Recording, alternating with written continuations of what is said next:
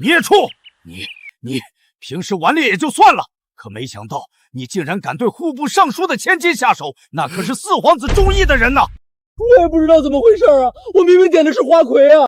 你还敢狡辩？别忘了，你还跟青阳公主有婚约。好，你不下来是吧？我看你下不下来！还不下来？还敢啊，老邓！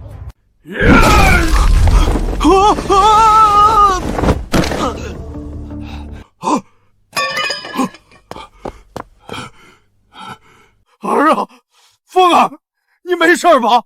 你别吓爹呀！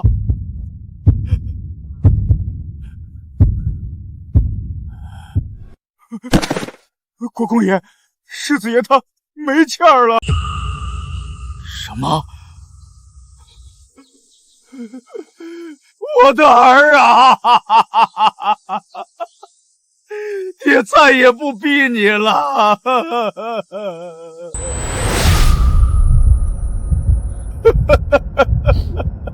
我不是在执行海外任务的时候被兄弟背刺死了吗？我这是在哪儿？我的花魁美人儿，你放开我，放开我！我堂堂超级特工，竟然穿越到了一个纨绔世子身上，还把户部尚书的千金给睡了。不对，这事儿透着蹊跷。国公爷，世子爷醒了。好你个孽畜，装死骗老子，我打死你！好你个孽畜，装死骗老子，我打死你！爹，先别急着动手，你听我狡辩，不是，你听我解释。你犯下大错，还有什么好解释的？昨天我去的是青楼，户部尚书的千金怎么会去那种地方？是啊，这怎么会呢？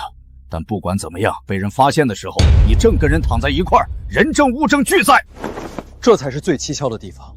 只有一个可能，那就是唐家千金是别人趁我喝醉送到我床上的。尚书千金送你床上，这可是京城，谁有这么大胆子？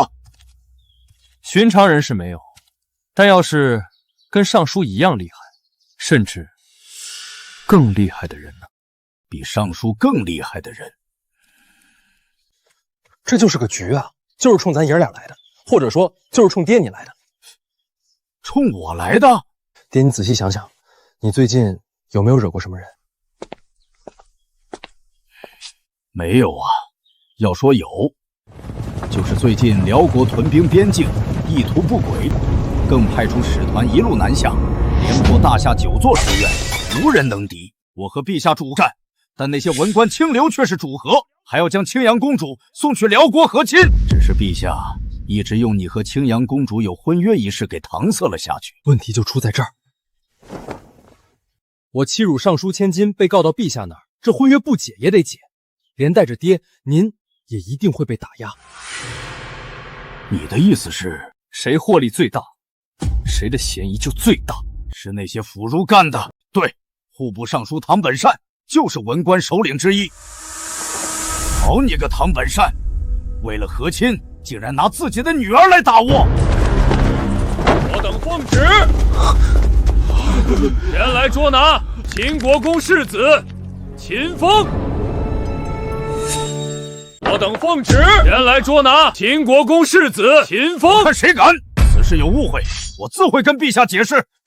爹，不必，此事关乎秦国公府清白，若我不去，不正坐实咱们心虚。可是，放心吧，爹，我一定没事。毁我清白还要抢我女人，想玩我就陪你们好好玩。带路吧。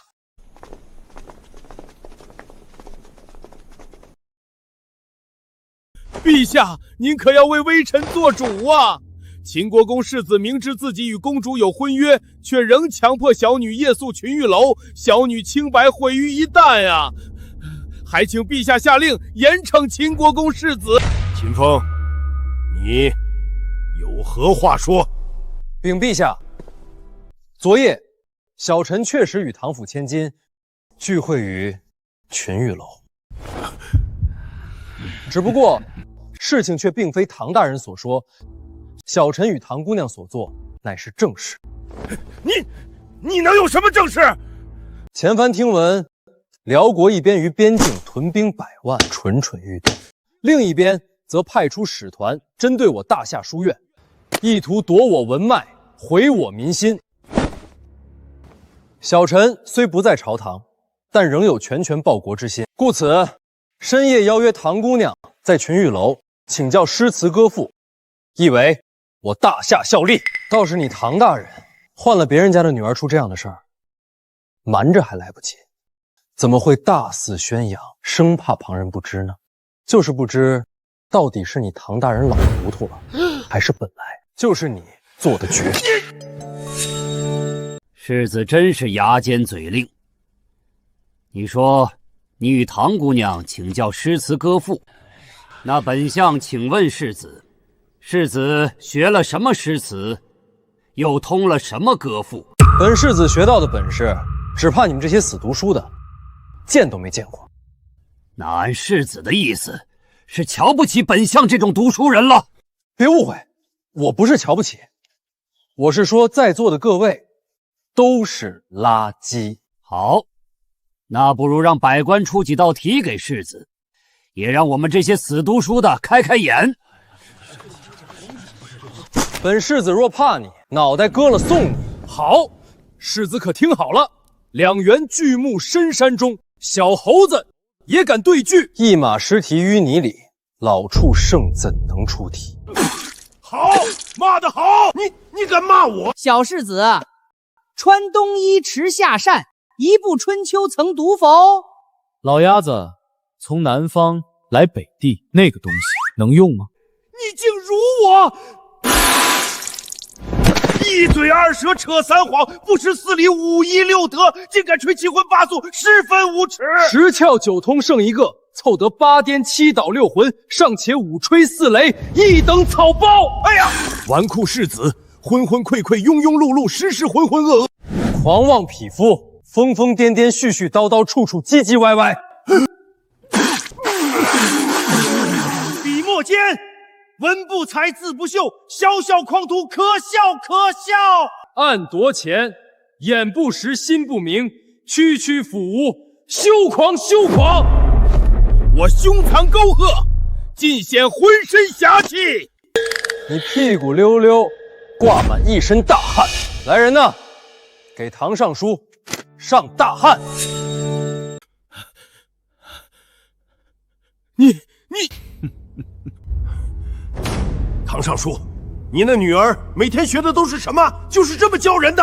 我女儿可不会这个，是这小子瞎编的。我瞎编？我可是堂堂纨绔，胸无点墨。要不是有人指点，我能出口成章，舌战群儒吗？唐尚书不惜以女儿入局，也要提携后辈。多谢，多谢。看我干什么？他诽谤我，他诽谤我呀！够了，殿前事宜成何体统？世子有如此极致，那不如让世子带队应战这最后一局。放屁！辽国史坛何止是文斗，还有武斗。我儿文治之身，你让他去跟辽国武斗，想玩命就直说，老子怕你！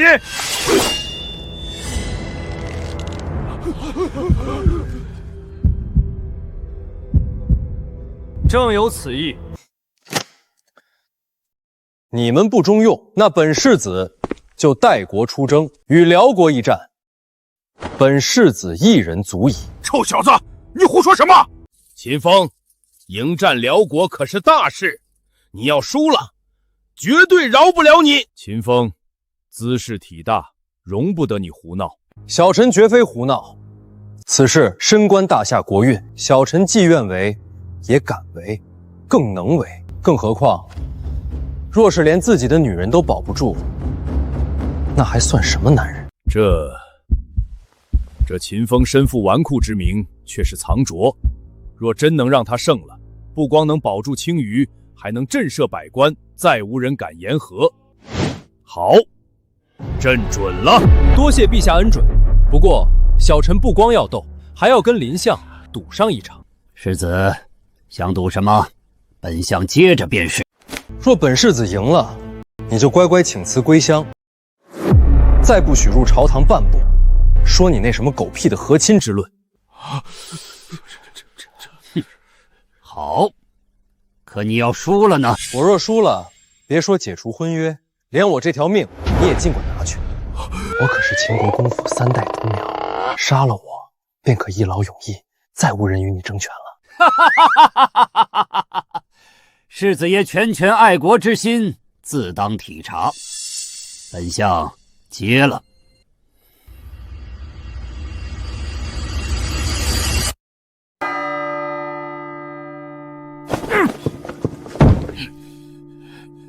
臭小子，你是不是疯了？怎么了，爹？你娘死得早，爹又常年在外征战，才把你养成这副样子。爹心里有愧，所以你做什么都不愿管你。可你是3代独苗啊，你怎么能立于危墙之下呢？放心吧，爹，你没看见我舌战群儒，占尽上风，让那些老家伙是吐血的吐血，告假的告假，那可是给你出气，你得夸我。你自信什么呀你？文斗我不懂，也不想管你，但那辽国还有武斗呢。你瞅瞅你这细胳膊细腿的，你能斗过谁呀？武斗？我可是王牌特工，学的可都是杀人技。老头子，把心放肚子里，你忘了，我可是京城第1纨绔，天天跟人打架。世子，公主请您移步彩云阁。老头子，你儿媳妇叫我呢，走了啊，带路带路。你小子，哎，夫人，叫相公何事啊？夫人，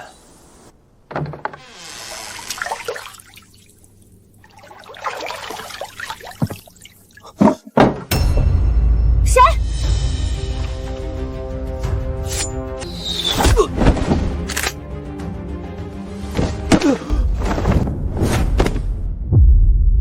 是你？你不许看！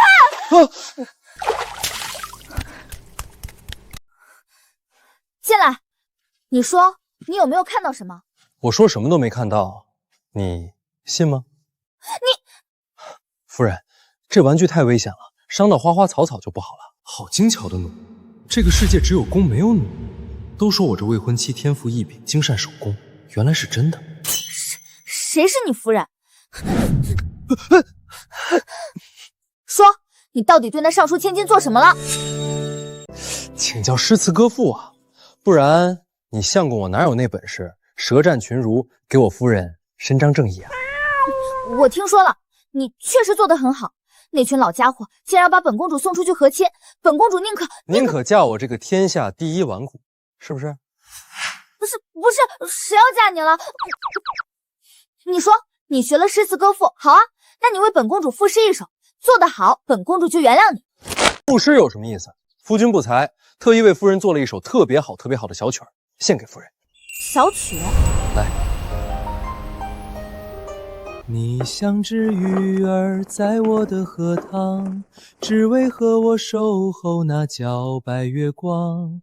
又过了4季，荷花依然香。怎么样，好不好听？好听。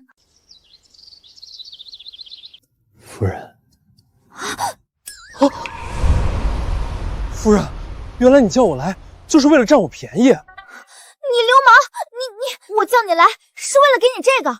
这个给我吗？辽国人武斗比的是射箭，咱们大夏没人是他们对手。这把小弩是我自己发明的，不用很大的力气也可以射很远。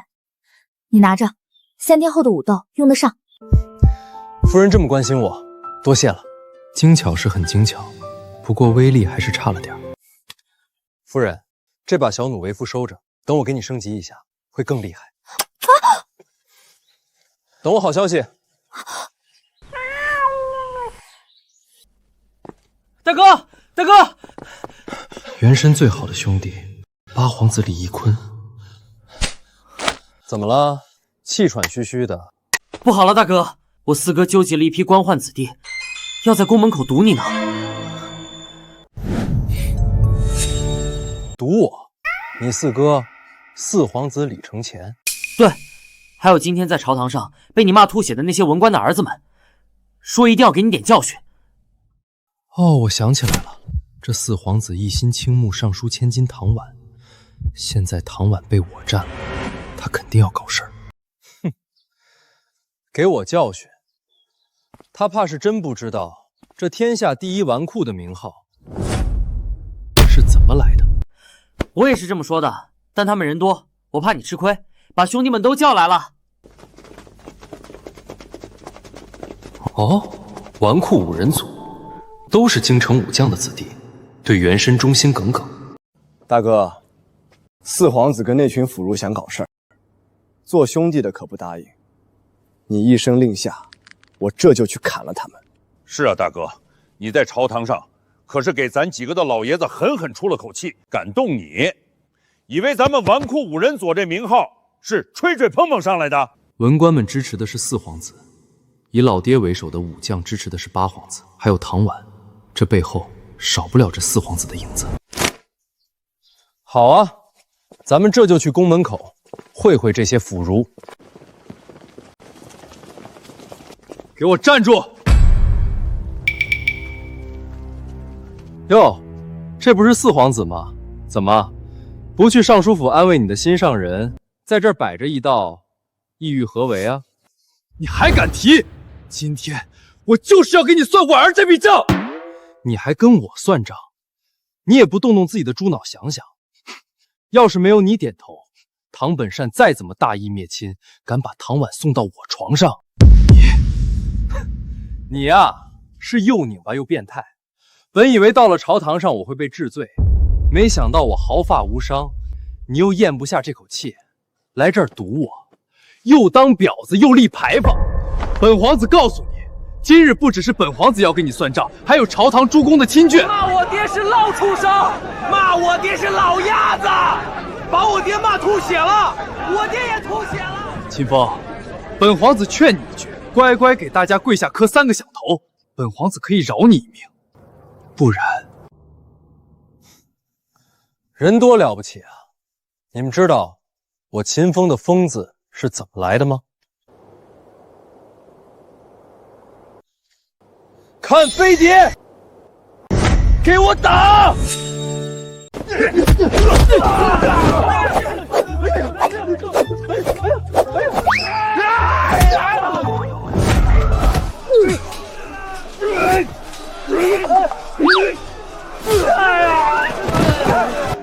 哎，别打了，别打了！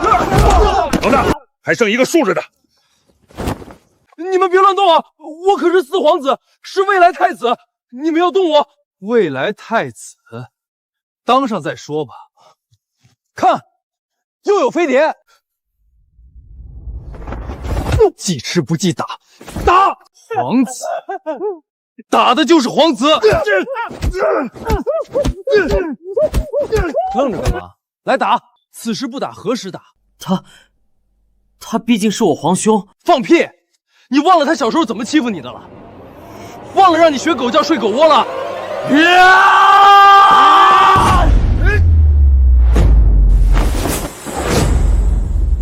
大沙坤，你要干什么？四哥，你看我新做的靴子好看不？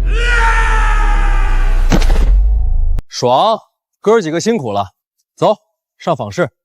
今天的全场消费由本世子买单。那是何人，竟敢在皇城门口打斗？公主，是秦国公府的世子和八皇子，那个挨打的是最受宠的四皇子。国公世子竟然伙同皇子斗殴，原来我大辽的对手竟是这种人。不必再看了，3日后就让他大夏文脉断绝。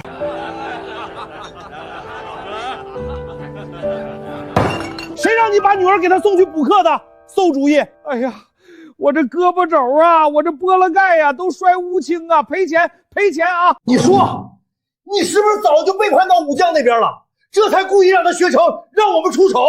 你们怎么能这么冤枉我？那可是我唯一的女儿，我女儿还在屋里寻死觅活呢，而且四皇子都点头了。林相，我冤枉啊！好了，不哭了。四皇子已经带着各位的亲眷们去教训秦风了。有四皇子在，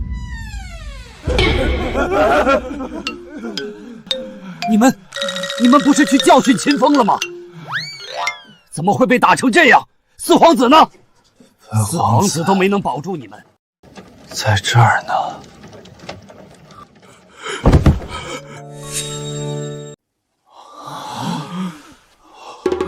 四殿下，谁把你打成这样的？除了秦风那个胆大包天的，还能有谁？不可能吧？他连皇子都敢打，这可是重罪呀！他带着老八一块儿打我呀！哎呀，我这胳膊肘啊，哎呀，我这波棱盖呀，都摔乌青啊！四殿下，这事儿绝不能就这么算了。你放心，微臣一定为你讨个公道。必须的，弄死他！给我弄死他！可是哪有机会给殿下报仇？辽国使团的比试不是射箭吗？我们如此这般。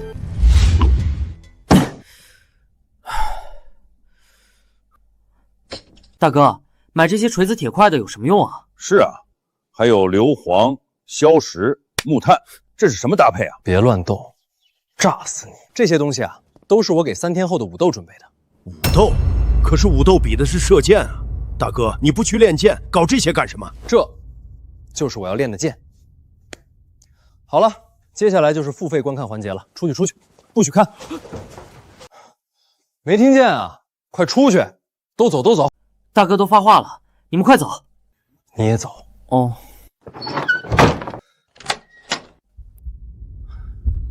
是时候让古人见识见识什么叫降维打击了。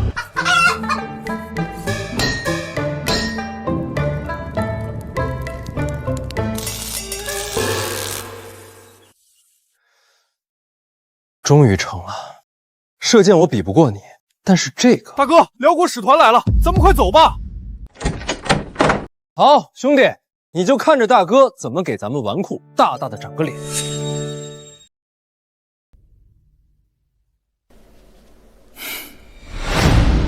这混小子，什么时候了还笑得出来？秦风，你可千万不要让朕失望。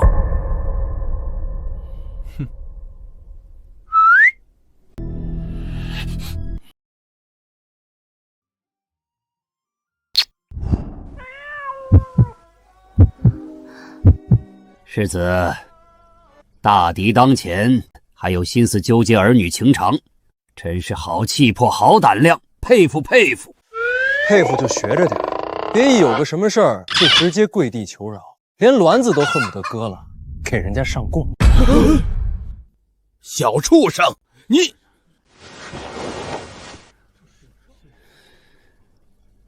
世子还是那般牙尖嘴利，只可惜你是秋后的蚂蚱，蹦跶不了2天了。那咱们就骑你看唱本，走着瞧。辽国使团到！辽国使团使者乌古伦卫，拜见天启帝，祝陛下龙体康健，万岁万岁万岁！好了，乌古大人远道而来，不必拘礼。来人，赐座，先开宴席。不必麻烦了，陛下。我等这次前来，只为交流切磋，一切俗礼不如等切磋之后再谈。按照惯例，人是先武斗，再文斗。我辽国勇士何在？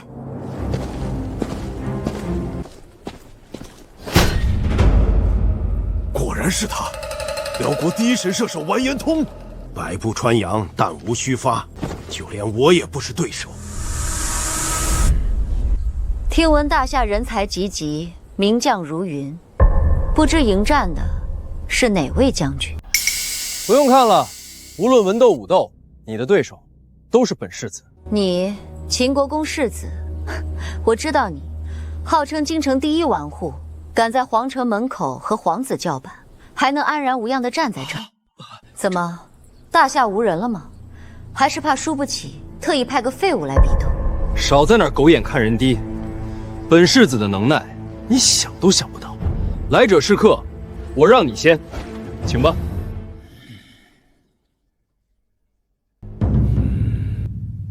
只是射箭，未免太无趣了些。这老狐狸又要耍什么花样？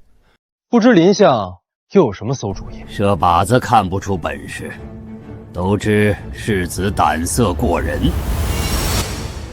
还请世子头顶此果，战于箭靶处。放你妈个屁！你觉得无趣？你怎么不顶着苹果站呢？世子可是敢在朝堂辱骂百官，当街皇子，这份胆色，放眼大夏也无人能及。怎么打人骂人的时候有胆子，真要验一下你的胆色又怂了？还以为秦国公府的血脉就是如此生死无惧，现在看来也是草包一群，不如早点卸甲归田，不要贻笑大方，徒增笑柄。你这老东西竟然打的是这主意！我不过要他的官位，他竟要我的命。世子爷，请吧。前日殴打四哥是我的主意，要说有胆色也是我。林相，你不要为难我大哥，要验胆色，就验本皇子的。来，射我。本皇子若是眨一下眼睛，就不是李家的主。老爸！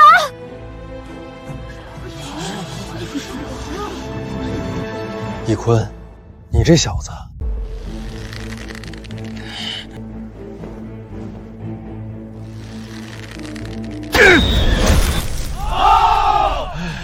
好，不愧是朕的儿子，好胆色。等比试后，朕当重重赏你。大哥，谁想为难你，就是跟我过不去。好兄弟，林相，是不是该我了？四殿下不必担心，比试输了，他一样要死。只不过我也不能只射靶子。四殿下，你的八弟都有如此胆色，想来你也不会差吧？什么？你胡闹！父皇，故天将降大任于斯人也，必先苦其心志，劳其筋骨。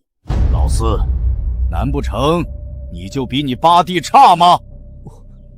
我，四殿下，请吧。秦风，咱俩之间都是误会，你一定不会射偏的，对吧？那就不劳四殿下费心了。有趣，世子，请吧。不必，我有我的节奏。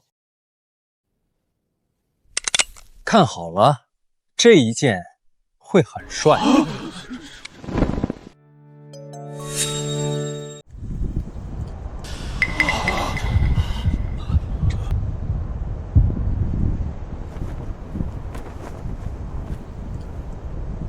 这是什么东西？这是弓箭？哪有这样的弓箭？没见过，像弩，又没有弓弦。这是弓吗？这更像弹弓吧？世子爷，这是在干什么？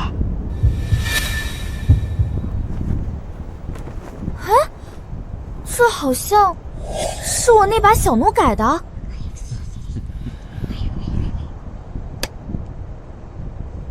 原来世子爷所谓自己的节奏，就是这样一个奇形怪状的黑筒子。别说射中那枚苹果，就是想射出3两丈，只怕都困难得很吧。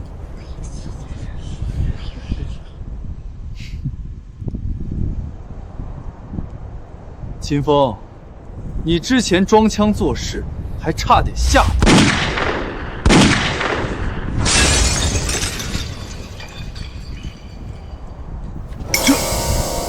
这能是弹弓？好大的威力！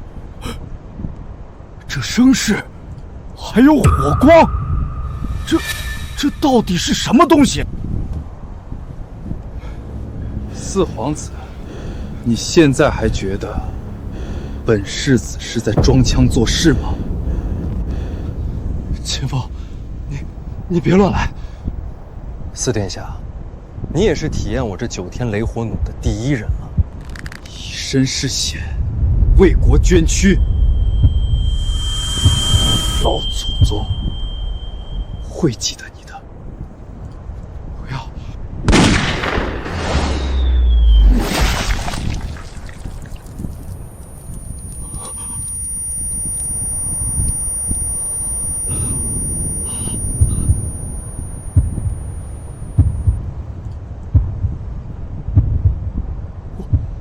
我没死。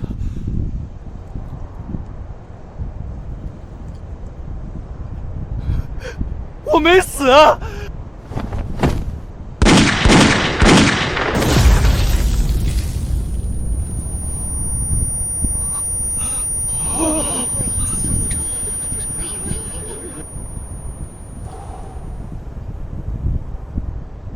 试问，是你的弓准，还是我的枪快？世子剑法无双，完颜通自愧不如。9天雷火弩，好儿子干得漂亮！父皇，你看，秦风赢了，他赢了。 9天雷火弩，这世上怎会有如此神妙之物？我没死，本皇子没死！哈哈哈哈哈哈！原来是尿啊！我就说，像你这样的对手，怎么会让本皇子流汗呢？父皇，四哥他吓尿了。废物！小臣幸不辱命，先下一城。秦风，你做得很好。老八，你也不错。至于你，好好反省。秦风，你那9天雷火弩能否借与朕一观？陛下说笑了，此物本就要进献给陛下，只是大敌当前，不得不借来一用。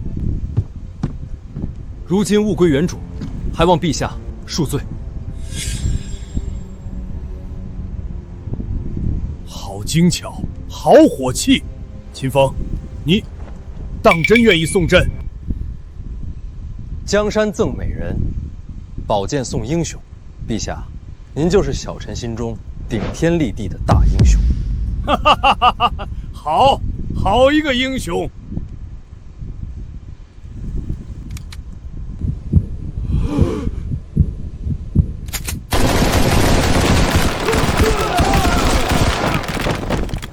哈哈哈哈哈！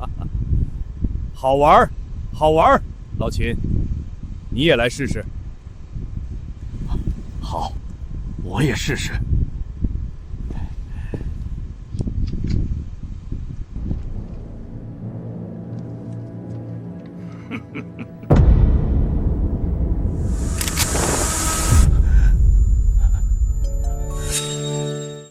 秦松林，不，秦帅，秦国公，咱俩只是政见不合，没有私仇啊。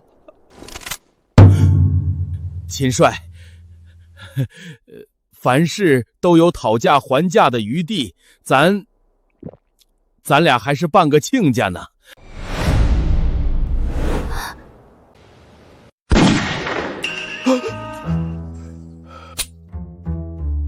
爹，没子弹了，回去我再给你做点儿。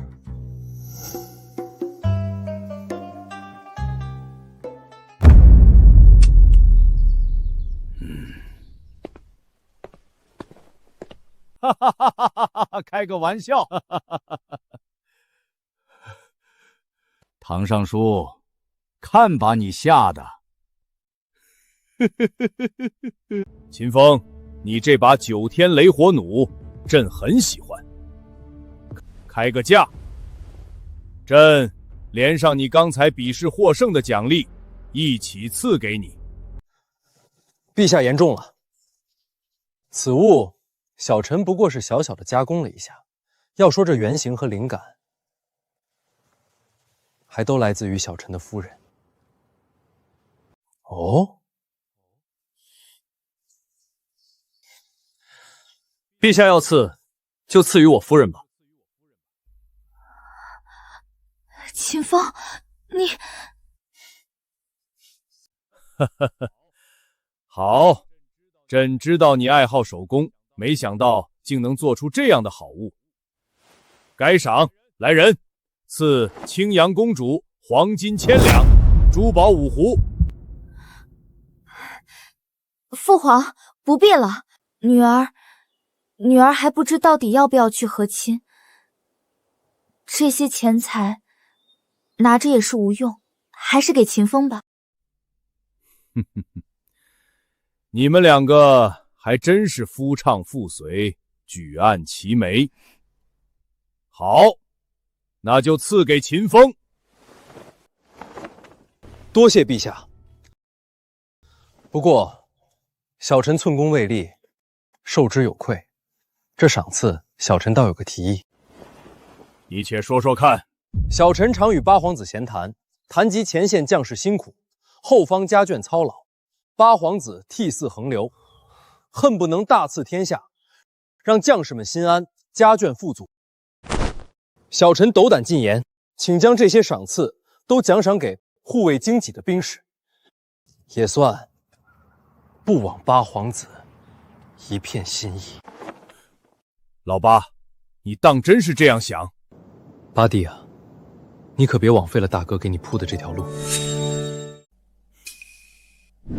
回父皇，儿臣确实是和大哥提过，只是没想到儿臣还苦于没这个能力，大哥却提前为儿臣想到了。体恤士卒，宽厚待人，你们两个都是好样的。好，朕准了。多谢父皇。好事，好事。世子不要得意太早，你我3局2胜，可还有2局没比过呢。本世子已经胜了1局，按我意思，最多也就再比1局。世子侥幸胜过1局，倒也不必如此自信。接下来的2局，我不会再给世子任何机会。好啊，下一场是文斗，你尽管出题。本世子若接不住，任杀任剐。若只是比试，未免太无趣了。本公主想和世子加点彩头。好啊，有钱不赚王八蛋。不知道耶律公主想赌什么？我就赌陛下手里的那只9天雷火弩。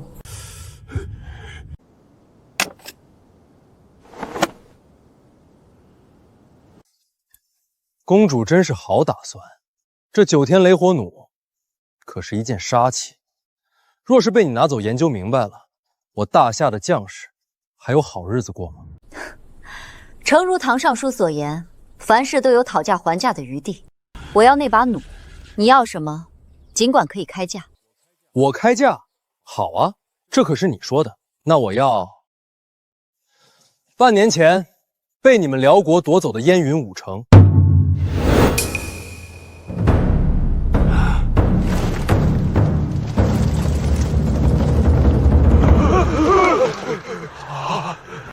燕云5城，你做什么梦？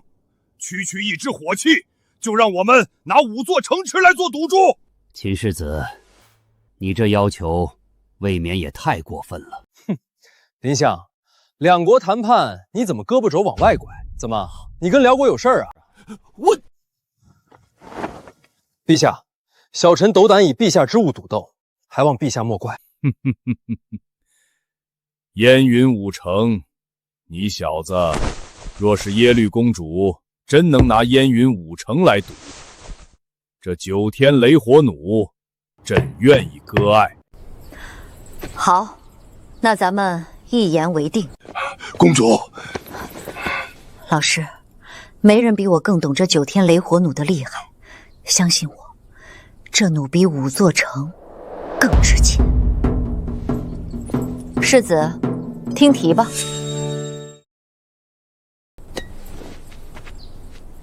世子，我这道题很简单，这2个铁球，一个轻，一个重，我想请问世子，到底是哪个先落地，哪个后落地呢？这题未免也太简单了吧？用这种题来凑数，哈哈哈哈哈！好简单的题，儿啊，这辽国女娃娃是不是看中你了，给你放水？秦伯伯，大哥肯定是重的先落地，这题有什么好出的？重的先落地？对啊，3岁小孩也知道啊。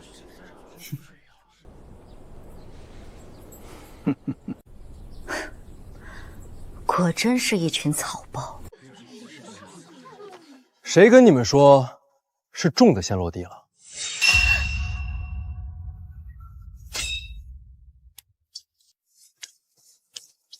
其实这2个铁球会同时落地。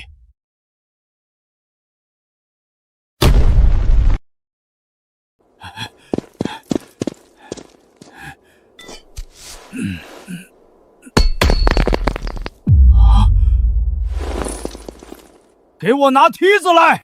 不用了，爹。别说梯子，你就站在房头上，飞到月亮上，这2个铁球掉下来也是一起落地。胡说！若是铁球和羽毛一起落地，当然是铁球先落地。你倒也不蠢，不过这就是密度和阻力的问题了。这2个铁球密度一样，自然是同时落地，就好像堂上书和一头猪是同时落地，林相和一条狗也是同时落地。为什么？因为你们一样嘛。你，公主，他说的可对？他说对了。你为什么会知道这些？还有什么密度，什么阻力，你怎么会懂？本世子懂得多了。你有没有想过，这苹果从树上掉下来，为什么是往下坠，而不是往上飞呢？这大地的尽头到底又在何处？太阳为什么每天从东边升到西边落？还有，冬天为什么冷，夏天为什么热？你为什么是你娘生的，不是你爹生的？万物的起源是哪里？宇宙的边界又在何方？耶律公主，我看你是个好学的，这些知识我就不信你不想知道。本公主确实很想知道。禀陛下，小臣连胜2场，所幸不辱使命。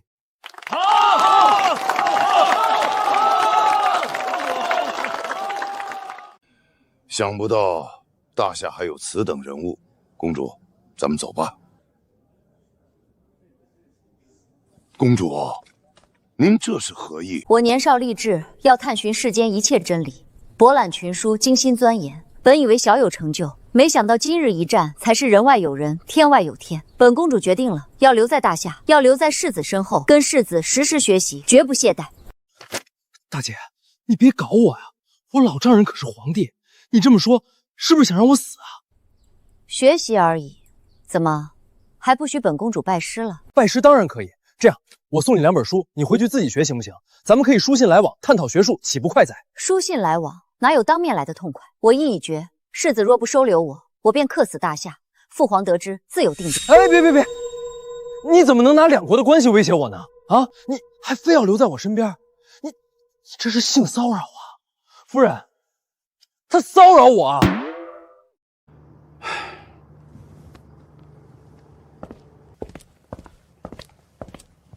哎，别走啊！带上你公主啊！喂，随地扔垃圾没素质啊你！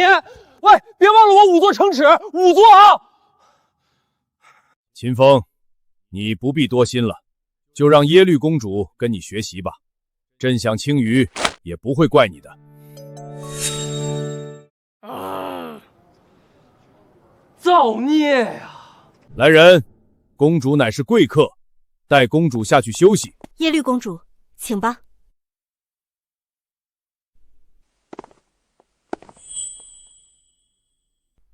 其他人也都散了吧。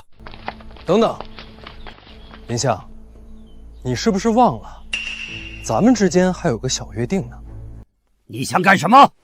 林相可是百官之首，若是说话当放屁，岂不是贻响大方？日后谁还服你？还请林相遵守约定，不要贪恋权位，解甲窥田。请陛下圣裁。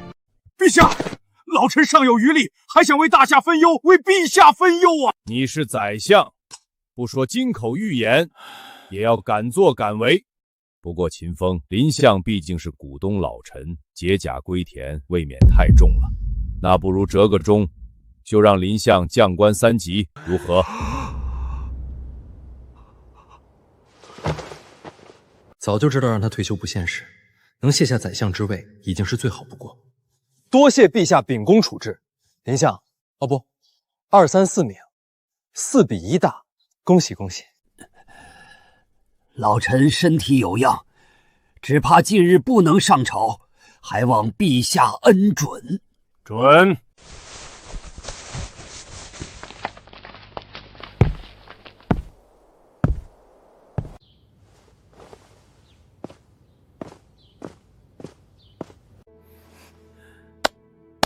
秦风啊，朕承认，以前对你颇有偏见，但如今不得不刮目相看，朕决定就正式的赐你与青鱼成婚。哈哈哈哈！从今往后，你便是大夏第1驸马。多谢陛下。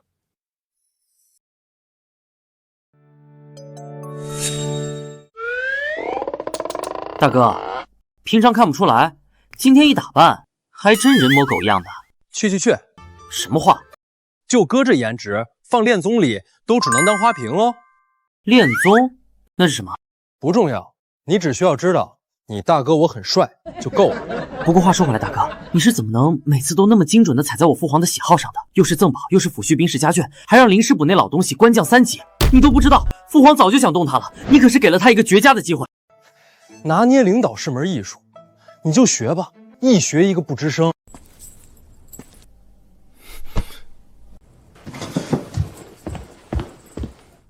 我说大姐，我结个婚，你打扮这么漂亮干嘛？不知道的还以为你结婚呢。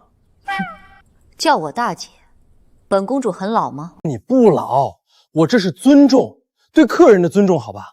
外面就老多人议论，今天我结婚，你能不能消停点，回屋躺着，求求了，给我个面子。我跟你来是来学习的，但你一连几天都不理我，我只能觉得是我不够漂亮，所以打扮一下，有问题吗？不是你有毛，我这不是回来之后就忙婚礼吗？哪有空教你？等我忙完行不行？等我忙完，我一定告诉你苹果为什么不往天上飞，好不好？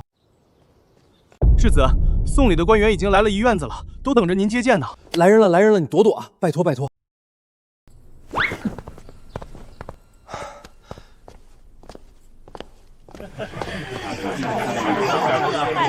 恭喜世子！让让。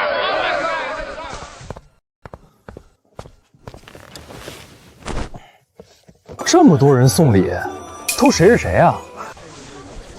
世子，驸马爷，你应该知道我吧？天启3年，我是状元。状元，我刚才来给您上了1000两贺礼。礼部的王侍郎。对，驸马爷，我送了2000两。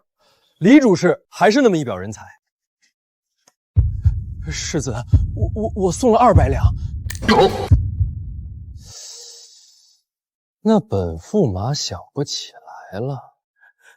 哎呀，本驸马不记仇。哎，怎么就你们来了？可还差好些人的名字我还没见到呢。是林相，哦不是林主簿，还有唐尚书那些人，就是在朝堂上跟您对对子的那些不开眼的。他们怎么就不来呢？坤儿啊，大哥，把你父皇赐给本驸马的婚书拿出来。哥，在这儿呢。他们不来啊，可不是不给我面子，是不给这婚书面子，不给圣上面子。坤儿，大哥，你吩咐。趁你还没当皇上，哥再教你一次，你去把这婚书挂在秦国公府的牌匾上。我倒要看看林主簿这些人到底是有多大的胆子。四殿下，今天可是秦风跟青阳公主大喜的日子，文武百官都去朝贺，我们几个不去是不是？你去。是看秦风讨了父皇的欢心，又当了驸马，风头正盛，你想改换门庭，投奔秦风了是吧？四殿下，微臣跟了您10几年，忠心耿耿，绝无此意啊！你还没此意？你跟秦松林都论上半个亲家了，你他妈是最墙头草的。八皇子也去了，后宫诸妃也都送去贺礼。四殿下，我们不去，怕是会惹人非议。谁他妈爱去谁去？怎么，真以为他小胜一招就得势了？他就是个小小的驸马，本皇子可是未来储君，未来的皇……反正本皇子不怕他。四殿下，不好了，不好了！什么事儿？慌慌张张的。秦风他把陛下赐的婚书挂在大门上了。什么？孙叔叔，您怎么还亲自来了？我倒是军务缠身不想来，让泽儿这小子来就算了，可你小子竟然把陛下的婚书挂在牌匾上，那就算松林大哥许我不来，我敢不来吗？醉翁之意不在酒，误伤，误伤。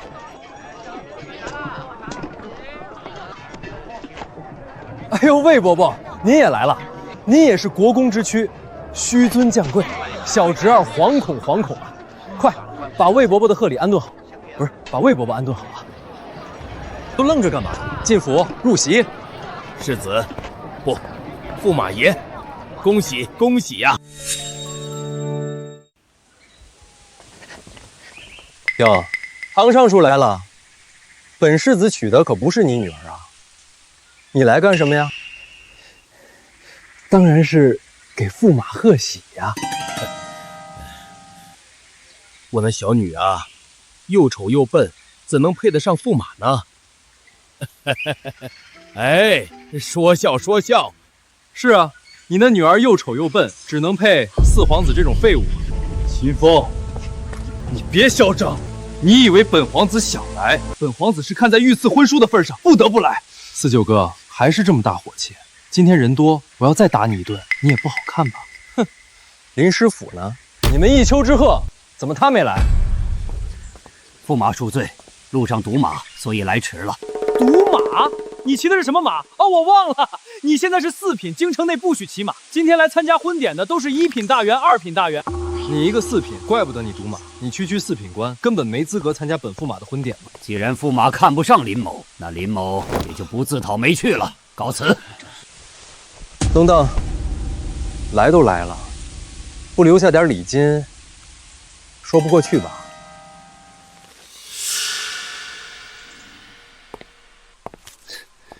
？100两，林主簿。宰相合肥，天下授。你做宰相这么多年，就拿100两出来。驸马许是误会了，本官是清官，没那么多积蓄。我看未必。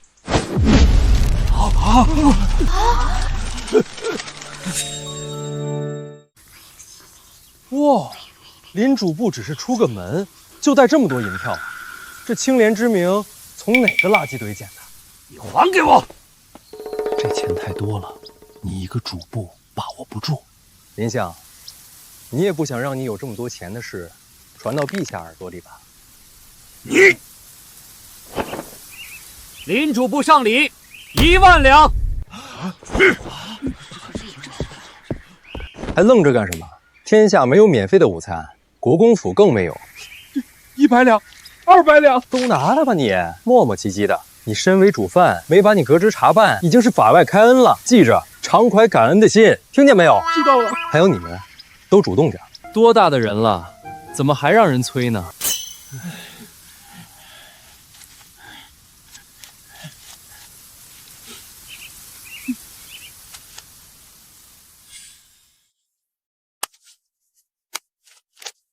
见面分1半，拿去泡妞。干嘛？还想吃席啊？你们也配？滚蛋！不准我喊人了啊！看什么看？你也滚呐！没个眼力劲儿。秦风，你太欺负人了！哎，青阳公主驾到！老婆。你捐了多少？5000两， 7000两啊，那是我娶32房姨太太的钱啊！我4000两，我也4000两。好了，我捐了1万两，说什么了？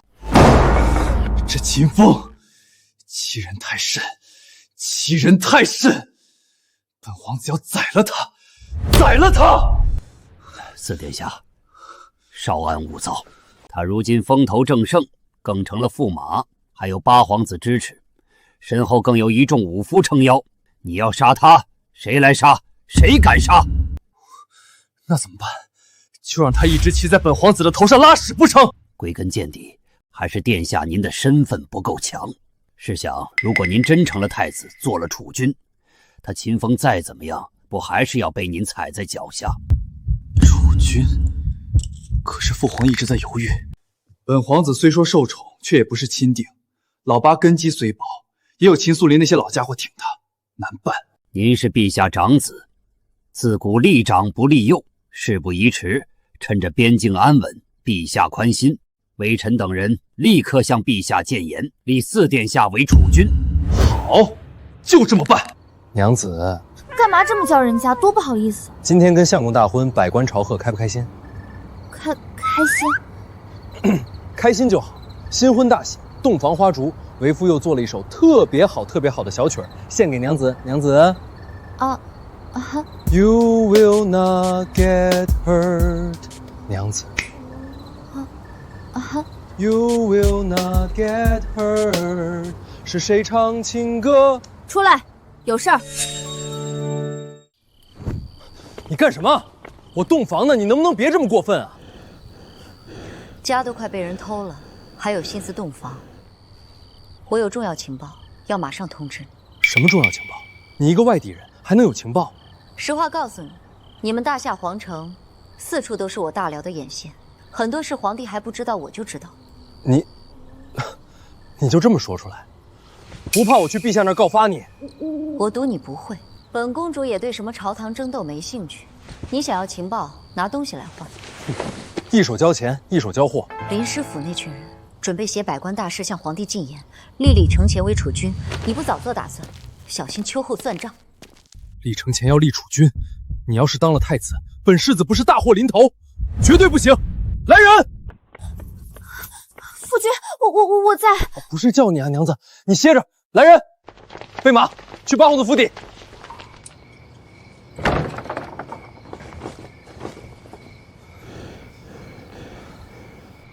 老八，你想不想做储君？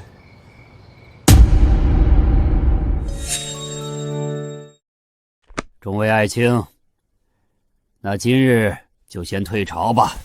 陛下，臣有本启奏。林相，林属部，有何事啊？如今大夏大获全胜，更有辽国公主在大夏为质，边境安定，正宜休养生息。陛下亦不当如此操劳，故此，臣等提请设立储君，为陛下分忧。还请陛下设立储君。那众位爱卿以为，朕立谁为储君较好啊？禀陛下，四皇子承乾克己复礼，宽厚爱人，聪明睿智，更是体恤民心，忧国忧民。吾等百官共推四皇子为储君，还请陛下定夺。臣有百官联名奏折，恳请陛下圣裁。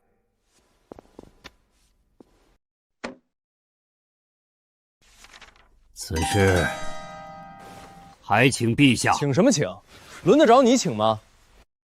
秦风，你又要干什么？本世子是当朝驸马，想干什么就干什么，轮得着你一个四品官来问？你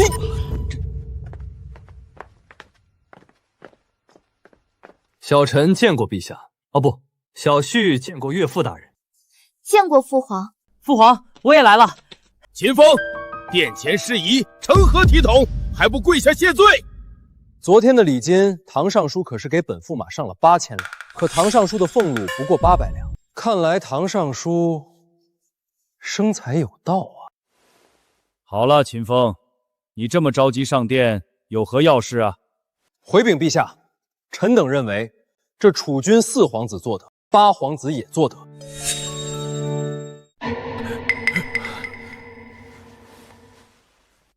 哦，自古立长不立幼，你却推荐老八，有何理由？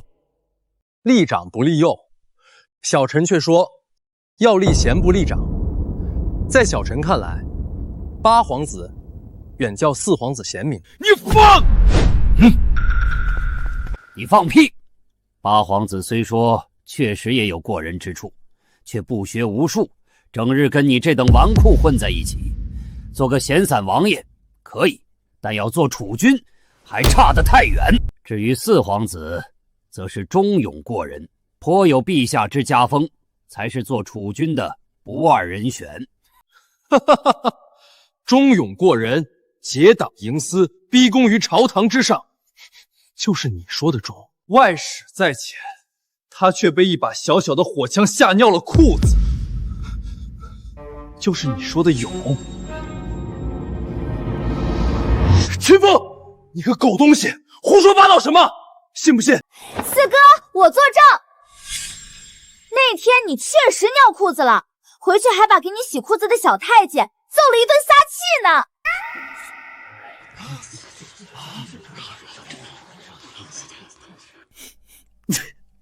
是啊，四哥，你路过我的时候，我都闻见味儿了。你们都说胸有惊雷而面如平湖者，可拜上将军。4皇子连这点阵势都扛不住，又如何担当得起家国大任，为陛下分忧啊？我大夏泱泱大国，作战9州，传5000年之灵秀，奋上百代之神翁。为君王者，自当不纳贡，不和亲，不割地。天子守国门，君王死社稷。若无大勇气、大智慧，如何扛得起这家国天下？而8皇子正是和陛下您一样有大勇气、大智慧之人。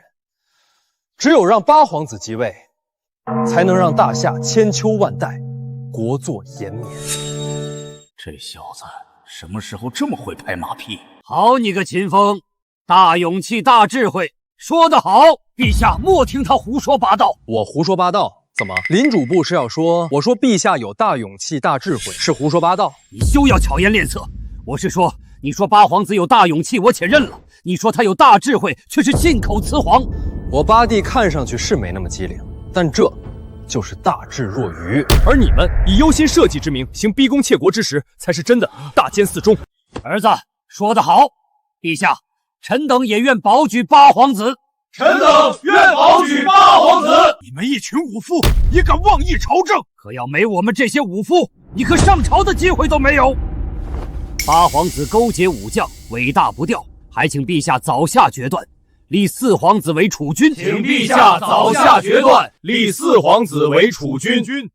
这，秦风，你3番5次坏本皇子好事，等本皇子即位之日，就是你秦国公府覆灭之时。就凭你，还不够格。好了，既然众位爱卿各执一词，言之也都有理，朕一时也下不了决断。不如这样，现在朝中有2件大事，老4和老8各选1件，谁完成的好，谁便是储君。这第一就是到边境和辽国使团谈判，拿回赌斗赢得的燕云5城。这第二就是最近最让朕头疼的幽州水灾的赈灾事宜。你们2个选吧。大哥，这2件事我们选哪个？燕云5城，幽州赈灾，无妨，让他先选。不管是哪个，大哥我都有把握。林相，哪件事简单一些？幽州水灾已经半月之久，远离京师，交通不便，更被水灾和马匪阻绝道路，钱拨不出，粮进不去，是块难啃的骨头。而至于收回燕云5城，此事既有赌约，又有辽国公主为质，自当顺利。况且赈灾也是一时之功，而收回燕云5城则算得上丰功伟绩，可入史册，所以选第一个。好，父皇，儿臣不才，愿担起收回燕云5城之重任，哪怕路途艰险，危机横生，也绝不推辞。至于赈灾这等小事，就交给八弟处理吧。八弟，四哥心疼你，你可要领情啊！哈哈哈哈！好，不过四殿下也别又当婊子又立牌坊，收回武城兹事体大，但赈灾之事更关乎民生民心，绝不能等闲视之。这个情老八领不了，但这件事我们一定做成。唉，这争处的节骨眼上，南越却在边境屡犯进犯。本来还想着帮你们两个小子争上一把，这下要去打仗了，爹帮不上你们了。老头子，你就放心吧，这点小事儿交给你的好大儿就好。你放心打仗，不用牵挂家里。你真这么有把握？我就一个要求，你必须活着回来。好，那我就不管了，让你们年轻人自己去闯荡。大哥，你说我真要和四哥争吗？我不是那块料啊！哎呦，皇位之争不进则退，以你和李承乾的关系，他做了皇上，有你好日子过。到时候你就是阿奇娜，就是赛斯黑。沙琪玛赛什么黑？不是沙琪玛，是阿奇娜赛斯黑。当女真族9子夺嫡，4阿哥成功上位，便将与其争位的8阿哥、9阿哥圈禁起来，一个叫阿奇娜，一个叫赛斯黑，意思是猪狗不如的畜生。想不到耶律公主礼数精通，文史也是博学，不错，皇位之争向来如此。四哥，我们好歹是亲兄弟，不至于这样吧？你呀，就是太天真了。自古天家无父子，皇权无亲疏。别说是老八，就是你这个最受宠的6公主，也会落得一样下场。那我们岂不是一定要赢？当然要赢，不光要赢，还要赢得漂亮，赢得彻底。好，大哥，我听你的。你说我该怎么做？赈灾之事，最关键的点无非2个：一是钱，二是粮。我们先把钱粮找齐，其他的自然迎刃而解。跟我走。大哥，去哪儿？以咱们赈灾钦差的身份，去户部找唐本善要钱。相公，我也陪你去。这是男人的事儿，你就别去了。我有更重要的任务交给你。什么任务？这个东西你可得尽快把它做出来。什么东西这么神神秘秘的？等会儿你就知道了。走了。干嘛去？抢钱去。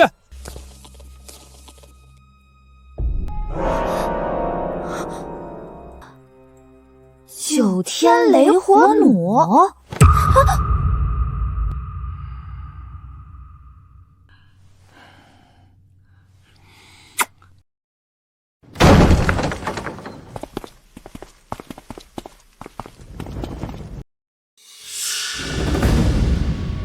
唐本善，给钱。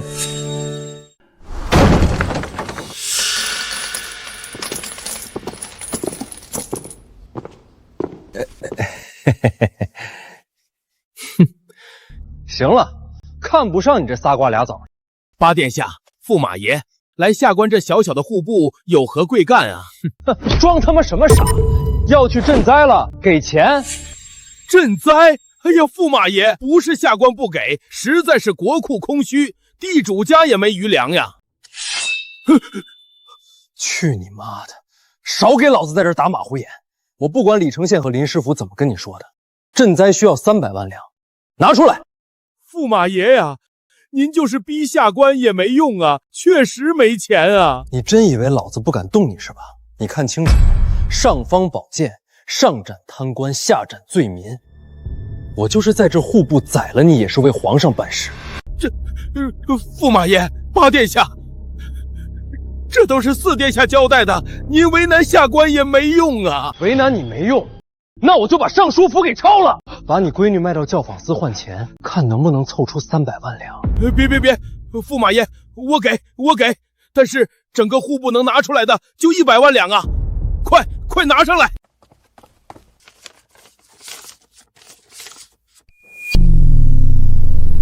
真就100万两。大哥，刚搜过，库房确实没银子了。硕鼠，无实我属。库房是没了，但我就不信你没有。给我吊起来！你把我也没用啊，驸马爷！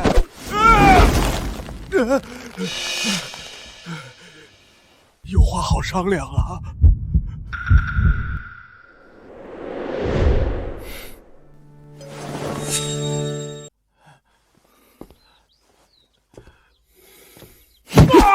你们看，银票就像海绵里的水，挤一挤总会有的。不老实！2、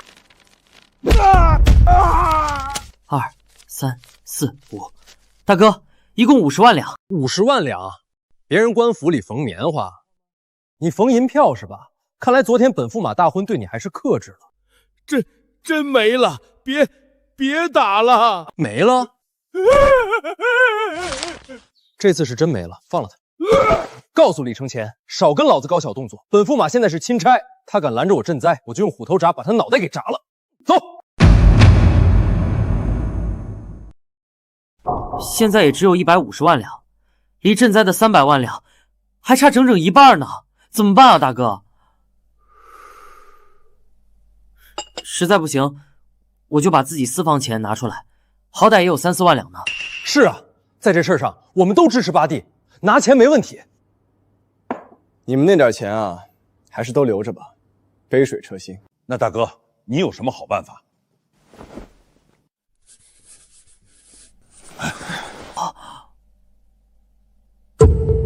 福利彩票，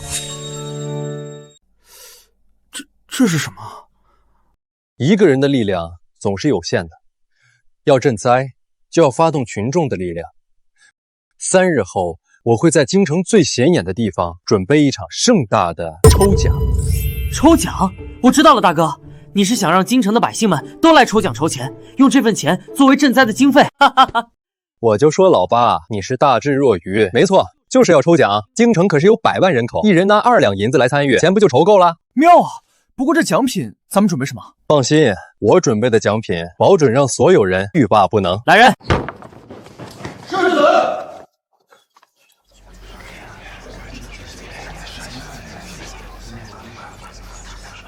好啊，这事儿好啊，这奖品一下子都解决了。知道怎么做了，去吧。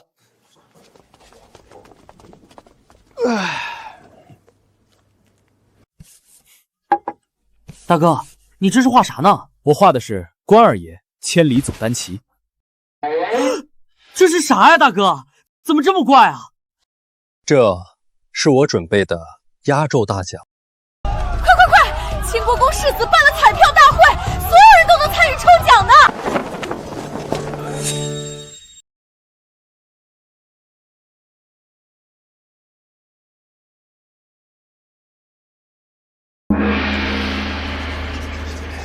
诸位，安静，安静。我想，以本世子如今的名声，倒也不必介绍自己了。将大家聚到这里，只有一个目的，那就是鼓励大家以小博大，用低廉的成本博取最多的收益。所有人都可以参与，1两银子参与一次，所有人都有机会中奖。世子，那咱们的抽奖的奖品是啥呀？别急，咱们这次抽奖可分好多轮呢，一次没中不要急，后续有的是机会。至于奖品嘛，一定让大家满意。至于这次的收益呢，本世子分文不取。全部用来给幽州的百姓赈灾。各位不光有机会抽到大奖，还能积德行善，给子子孙孙积累福报，还望大家踊跃参与。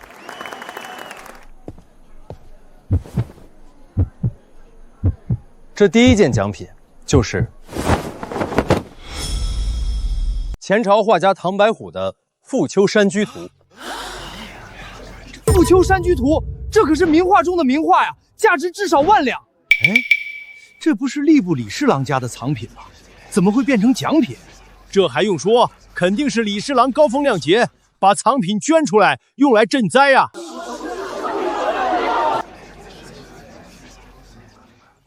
大家若是对这幅画感兴趣，就开始吧。每人每次只需1两银子。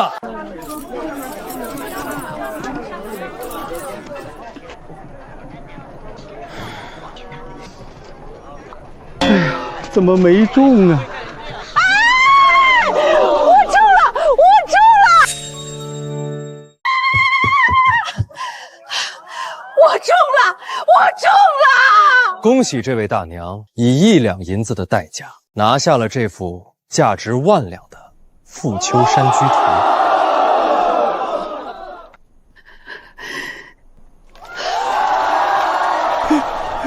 那是我的花儿啊，怎么就没中呢？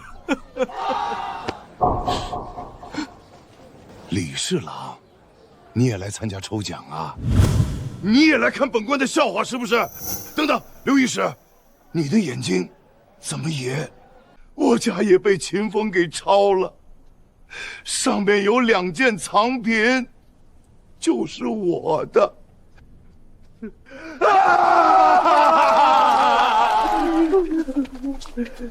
你们也被抄家了？何止是被抄家呀，还挨了顿打呀！哎呀，我的波棱盖儿啊！哎呀，我这欺人太甚，欺人太甚！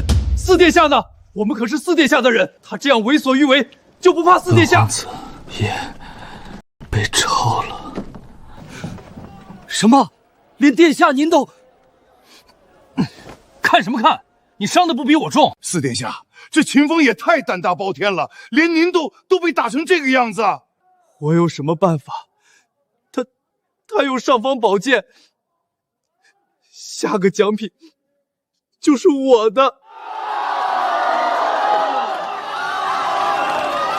接下来就是第2轮抽奖，是咱们伟大的四殿下亲自赞助的原清华瓷瓶。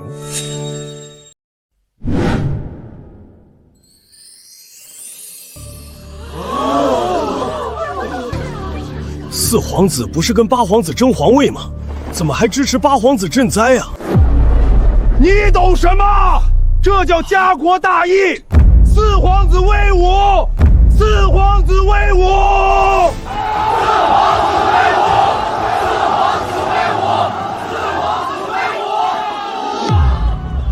今天，四皇子也来到了咱们的现场，大家欢迎四皇子！真的是他？他怎么会在这儿啊？不知道啊。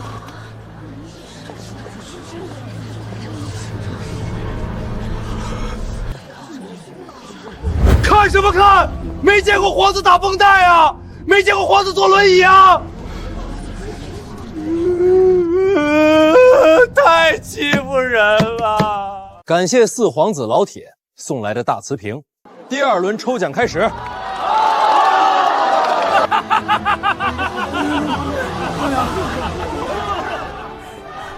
大哥，抽奖这招绝了！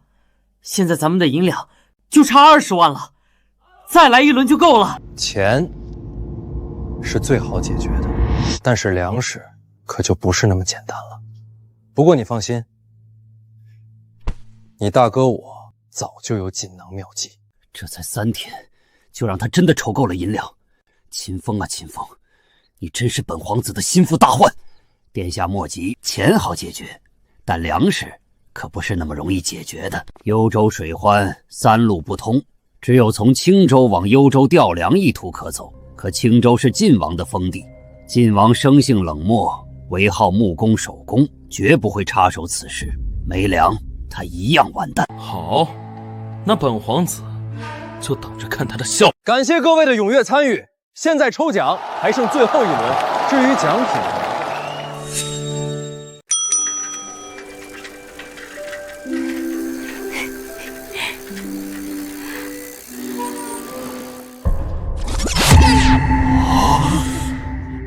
这他妈是什么？怎么一个人就能让他动，还能载人？不知道这是什么鬼东西，又是秦风做出来的。大哥，大哥，你给的压轴奖品就是这自行车。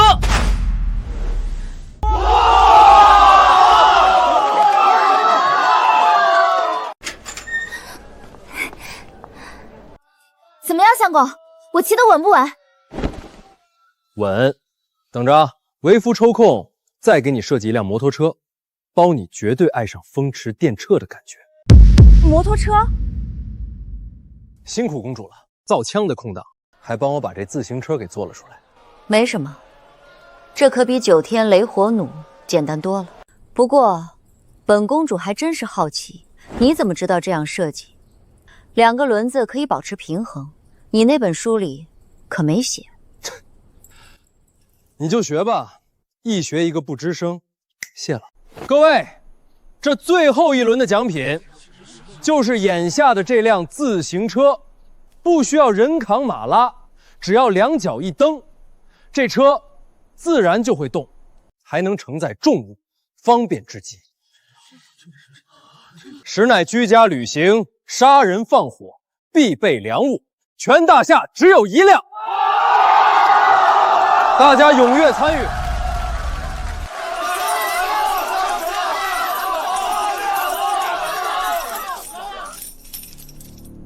这秦国公世子还真是能折腾。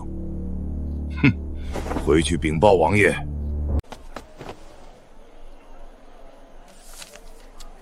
这位客官，看您在这里看了很久也不买，我们家世子说了，送您一注。送我一注？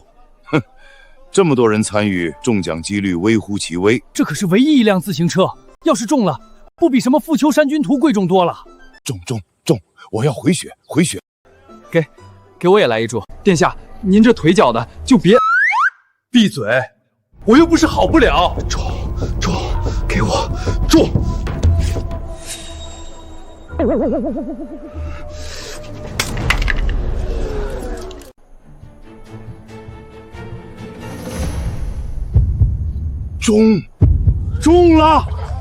中了！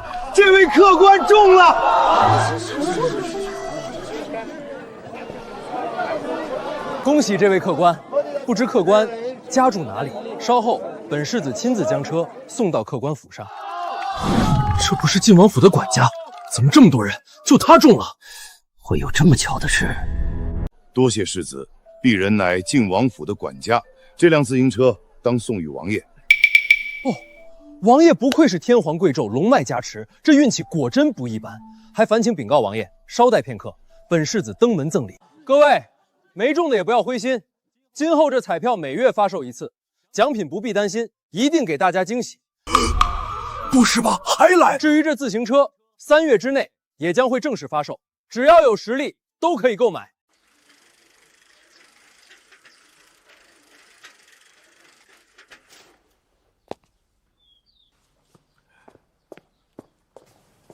世子爷，王爷等您多时了。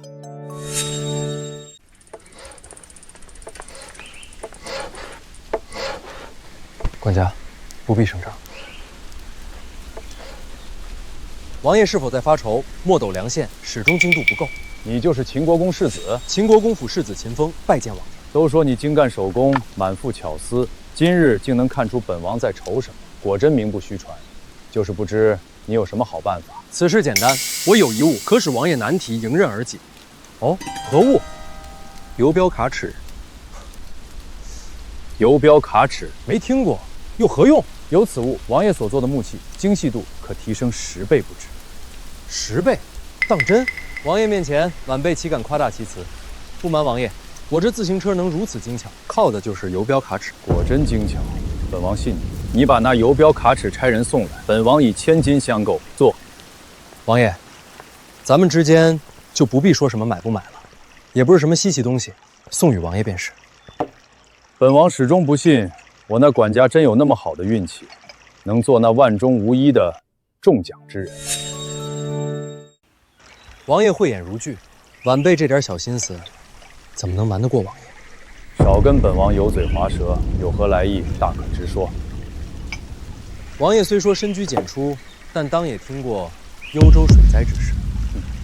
幽州就在青州边上，想没听过都难。幽州水患四起，交通断绝，想要赈灾调粮，唯有从青州借粮一途。晚辈斗胆，恳请王爷开仓放粮，将粮食运往幽州，为幽州百姓搏一条生路。凭什么？幽州又不是本王的封地，本王为何要管？无论幽州、青州，都是大夏子民。王爷，晚辈不白请，愿出100万两白银向王爷购买。你看本王像是缺钱的样子吗？哼，别以为本王远离朝堂就不知道你们争储一事。你要赈灾，无非是给翊坤那小子上位做筹码。本王是个闲散王爷，不贪权不爱权，更不想卷入你们的争斗。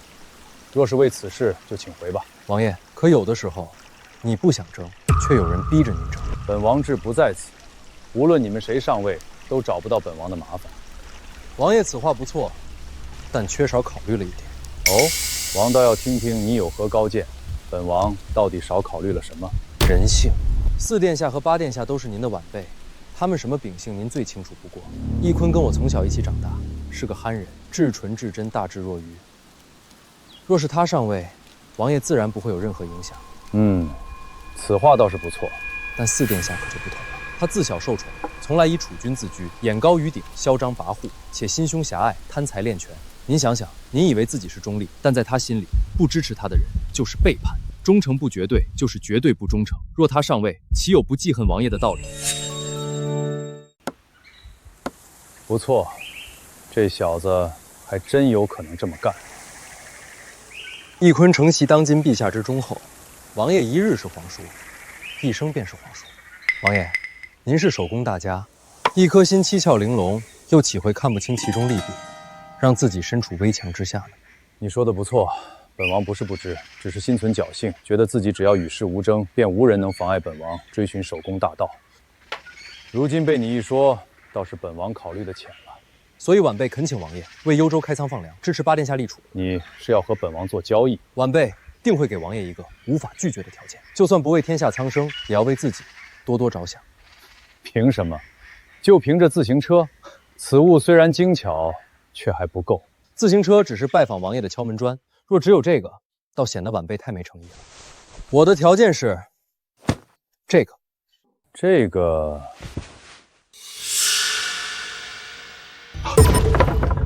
9天雷火弩，9天雷火弩是外人的叫法，它有个更专业的名字，叫手枪。手枪，好贴切，好名字，这才是守宫之道的集大成之物。本王喜欢。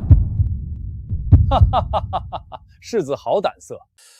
不过此物不是被你进献给皇兄了吗？怎么还有一把？此物只要有设计图和原料，有多少就能做多少。这把是佳期青阳公主和辽国耶律公主按照晚辈的设计图所打造。你竟然将本王的名讳刻于其上！如此神兵利器，自然要配上王爷的威名。此枪独一无二，无论走到哪儿，天下人皆知这是王爷的手笔。王爷，晚辈的诚意如何？好一个无法拒绝的条件！幽州粮仓，本王开了，这笔买卖成交。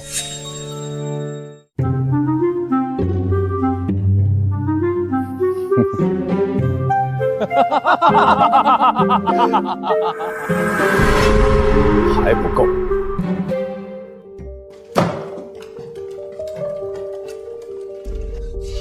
你们啊你们，本皇子要你们是干什么吃的？都是2个轮，怎么秦风做出来的自己能走，你们做出来的只能让我被人推着？这也不是我们做的呀！你们怎么做不出来？你们怎么就想不出来抽钱？怎么就让秦风出风头？还抽奖呢？跟错了人，连家都被抄了。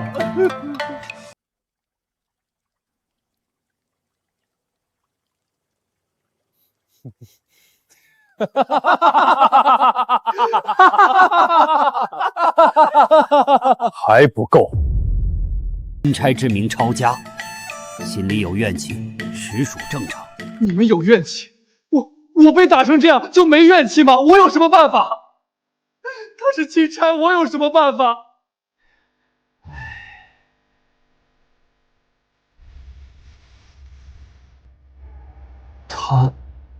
他还骑着那自行车招摇过市，给晋王爷送去了。等等，晋王送个奖品而已，他去晋王爷那儿干嘛？什么？他跟晋王要是串通在一块儿，钱粮不就都解决了？不行，走，摆下晋王府。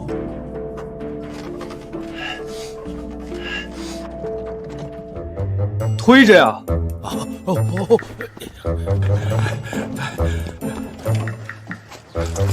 王府重地，不得擅闯。你敢拦我？你眼睛瞎了？不认识我？认不出来。睁大你狗眼瞅瞅，本皇子是4皇子李承乾。哦，是4皇子。知道是本皇子还不让开？要干什么？不好意思，四皇子，王爷手谕。四皇子，鱼狗不得入内。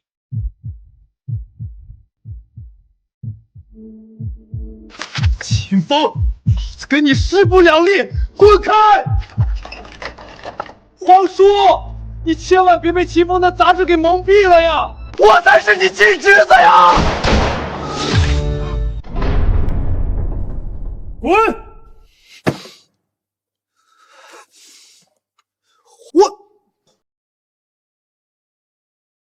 听不懂人话，本王叫你滚！殿下，他有粮也没用。陛下有何告诫？如今幽州马匪横行，占据交通要道，朝廷派兵都派不出。有钱有粮，他就进得去吗？有道理。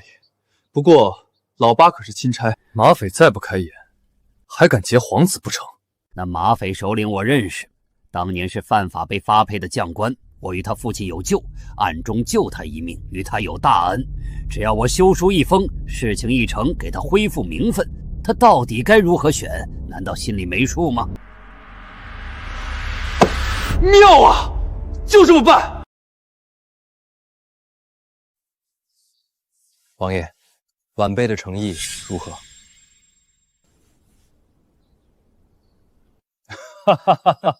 王爷若觉得价码不够，大可以加价。授人以鱼，不如授人以渔。一把枪而已，本王要的是这枪的设计图。看来王爷久居深宅，这政治敏感度的确是弱了不少。此话怎讲？若是别的也就算了，这枪可是火器啊！你要是拿了这设计图，但要是陛下知道呢？你要真做出一条生产线呢？你想干什么？陛下跟您是一母同胞的亲兄弟，他不会多想，可别人呢？这悠悠之口呢？您王府的侍卫人手一把枪，人少还好说，人多了呢？要是您再养点私兵呢？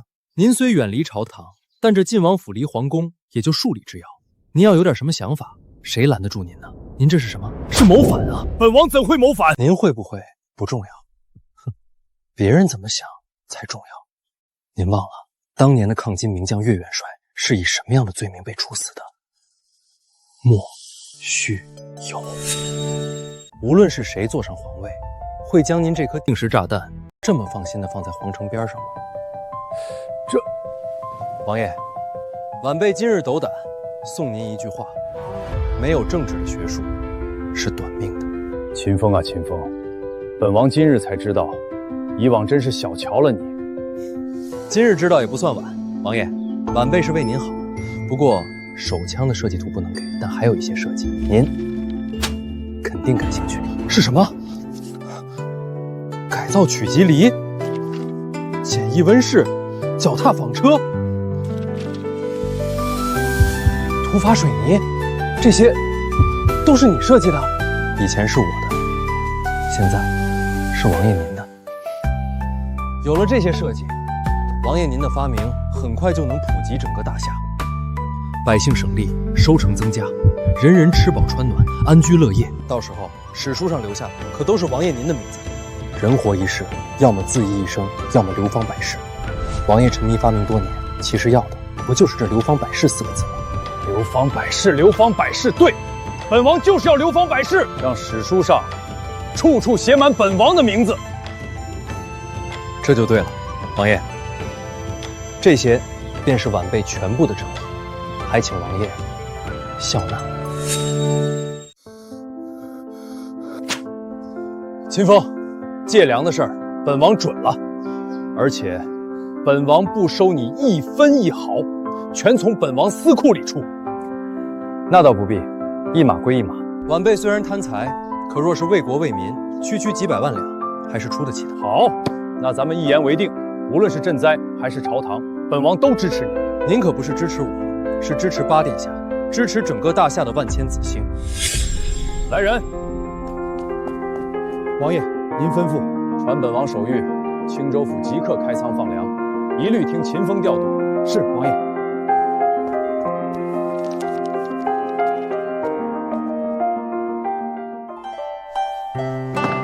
哎，大哥，大哥！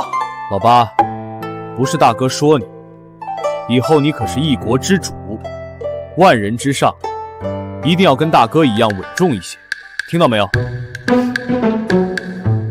笑什么？没什么，听到好笑的事。知道了，大哥。晋王答应开仓放粮了。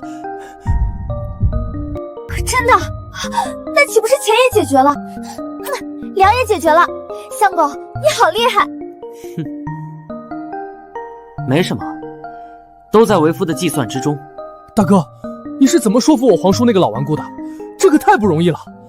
简单，投其所好，让他没办法拒绝。就这么简单？就这么简单。不过，钱和粮解决了，还有件麻烦事儿。什么事儿？皇兄此棋中正平和，看似波澜不惊，偶尔还处于下风，实则运筹帷幄，处处借力打力，机锋暗藏。皇帝佩服佩服。皇帝这棋也不错，清正悠远，意境深藏。表面上冲淡无拘，可暗里呢，却也有奋发向上、悲国悯人的志向。不错不错，看来皇帝让青州府开仓放粮，驰援幽州的事，皇兄已经知道了。是知道了，你做得好。不过朕却知道，你可不全是看秦风的面子，早在暗里你就安排放粮了，只是因为种种缘故，一直不得成行。是，灾年生乱，马匪横行，那些马匪占着交通要道，地势险峻，哪怕是派兵镇压，都奈何不了他们，所以一直未能成功。皇帝愚钝，还望皇兄莫要见怪。无妨，你能放粮已是天大的恩德。外人都说你冷漠，实在只有朕知道你是外冷内热，心系天下呀。有皇兄此言，皇帝死而无憾。只是这马匪之事又该如何解决？你就不要操心了。若是事实都要咱们来考虑，那还立什么储君？还考验他们什么？让他们小辈自己想办法解决吧。咱们兄弟二人好久不见了，只下棋还是少些意思。咱们李家先祖马上得天下，如今天下太平，武备可不能松弛。你我再比上一场，如何呀？全听皇兄安排。咱们就比射箭。为兄好运，前些日子得了一把特别好的小弩，拿来比试，可不要说为兄欺负你哦。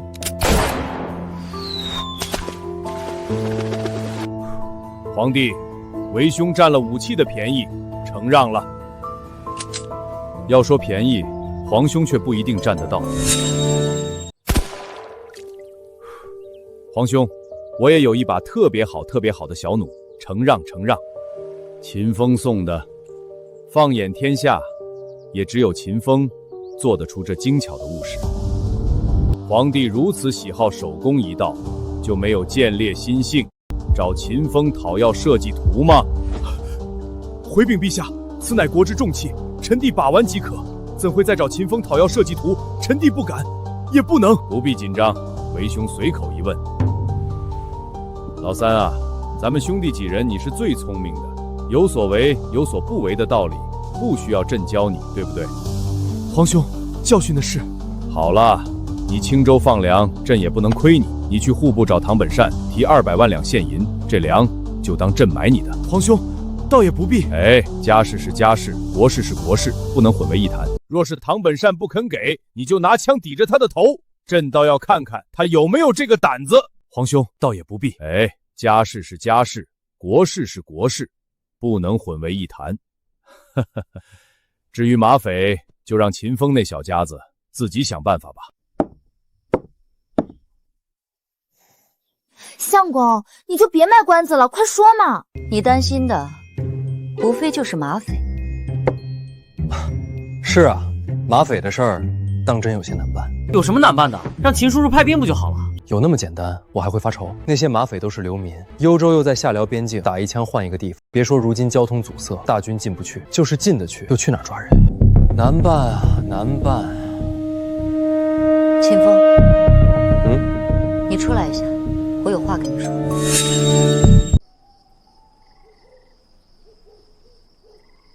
叫我出来干什么？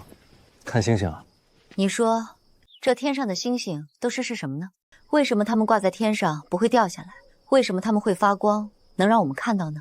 这你就不懂了吧？这些发光的呀，叫恒星。至于为什么发光呢？这就涉及到……算了，现在跟你讲这些，你也不懂。是啊，我不懂，但我好羡慕你懂。羡慕？更准确的说是钦佩，或者崇拜。你虽然是中原人，但是你比我们辽国男人更有男子气概。你说这个我还真不好反驳你。哎，说到这儿，我想起一辈古人来了。说说看。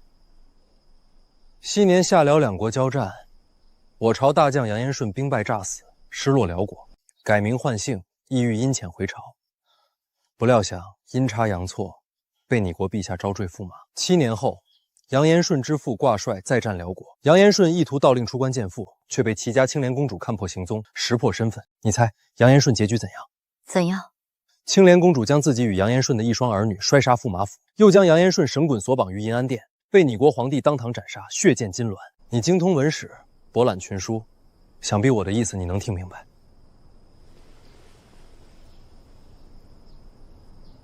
你我两国虽有不协，但我只是跟在你身边学习知识而已。欺天不欺人，欺人不欺心，你自问是吗？是。好，那如果我再告诉你，我可以教你知识，但是任何有关民生军事的科学知识，我一概守口如城，你还愿意跟我学吗？为什么？我记得你曾经讲过科学无国界。科学无国界，但科学家有。你们两个怎么在房顶上呀？娘子，房顶上多危险，你上来做什么？我无聊，出来看看。你们两个说什么悄悄话呢？没什么，拿着这个东西，马匪的事儿自然有人给你解决。青鱼，我真的好羡慕你。奇奇怪怪的。喂，你真傻还是假傻？怎么了？铁直男，女孩子的心思你看不出来。文竹姐姐可是一直在跟我夸你呢。夸我什么？为了给你做那些玩意儿，我俩可是在工坊里朝夕相处了3天。别看她看起来冷冷的，其实外冷内热，什么重活都不让我干，我可喜欢她了。娘子，你当着我的面夸别的女人算什么？你问我爱你有多深，我爱你有几分？别打岔。文竹姐姐夸你看起来纨绔，实则心怀天下，忧国忧民，既有雷霆手段，又有菩萨心肠，最关键的呀是聪明。那可不是小聪明，是大智慧。就你油嘴滑舌。那个，我想跟你商量个事儿。娘子，你说。其实，如果那个人是文竹姐姐的话，我不介意你娶2个。什么？娘子，你考验我是不是？我对你忠心天地可见啊！你问我爱你有多深，我爱你。行了，我认真的。如果是他，我可以接受平妻，不分大小。我可不想当杨延顺。此事在意，在意。让为夫先看看这锦囊妙计里到底是什么。老四、老八，你们2人这次远赴边疆，定当许多艰难险阻，你们可准备好了？父皇放心，儿臣定当不负所托，将燕云5城带回大夏。儿臣也当尽心赈灾，助幽州百姓重建家园，乐业安居。好，谁做得好，回来后朕都当重重有赏；做不好，可是要受罚的。到了那边，好好表现。所有的事儿，我跟你秦叔叔都给你安排好了。还有这个金囊，你拿着。这是……大哥，我知道怎么做，不过你不跟我一起去吗？什么事儿都让大哥给你解决，以后是你当皇上还是我当皇上？谁当不一样，你当嘛。胡说八道！我呢，就在这里给你坐镇后方，有好多东西等你回来，一定给你个惊喜。老八，你过来，这是本王的令牌，你拿着这东西，青州地界随你调遣去吧。王爷心疼你，就拿着吧。你小子有事都不问你父皇，先问你这大哥，没个规矩。皇叔，我也路过青州地界，这令牌我……你去青州，与我何干？我也是您侄儿啊，您小时候还抱过我呢，不能厚此薄彼啊！你以为我是看翊坤这小子的面子？不知天高地厚。那祝皇帝一路顺风，心想事成了。多谢四哥。就是小心别被不开眼的马匪给劫了，客死他乡。那就不劳四殿下费心了，能把燕云5城顺利带回来，才算你的本事。我们走。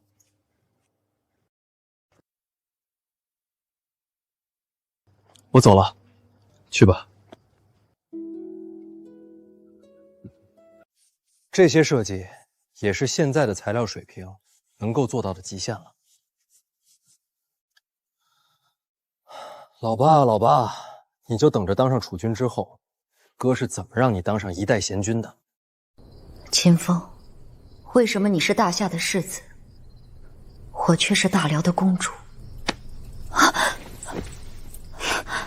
青鱼，我路过而已，我走了，对不起。别走嘛，姐姐，咱们姐妹说点悄悄话。什么话？你想不想也嫁给我相公啊？完美。忙了这么多天，冷落我娘子了。今天晚上该交作业了。不许动！打劫！好，不动，我怕了。今天晚上想不想跟我玩个游戏？游戏好啊，游戏得玩啊。不知道娘子要怎么玩呢？来抓我呀！抓到我，今晚想怎么样都可以。小东西，那我可要化身色中恶鬼，把你狠狠吃掉了。被我抓到了吧？娘子，今天的香粉怎么换了一种？不许摘眼罩，你要是摘了，我就不跟你玩了。好，不摘。嘿嘿，老夫老妻了，还这么羞涩。娘子，我来了。不对，青鱼是标准的小学生身材，哪会有这么翘的屁股？你怎么在这儿？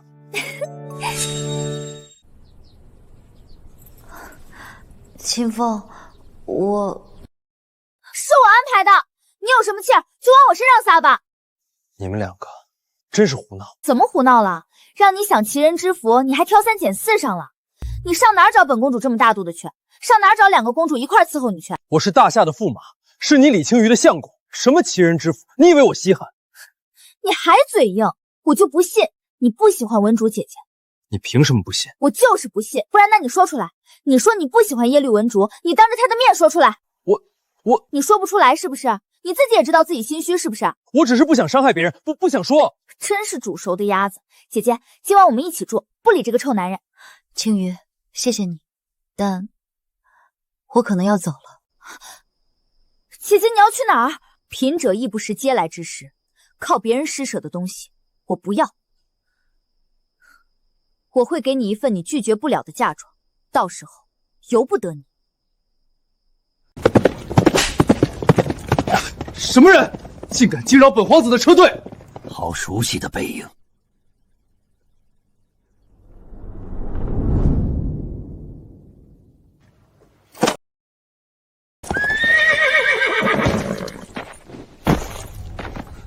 公主，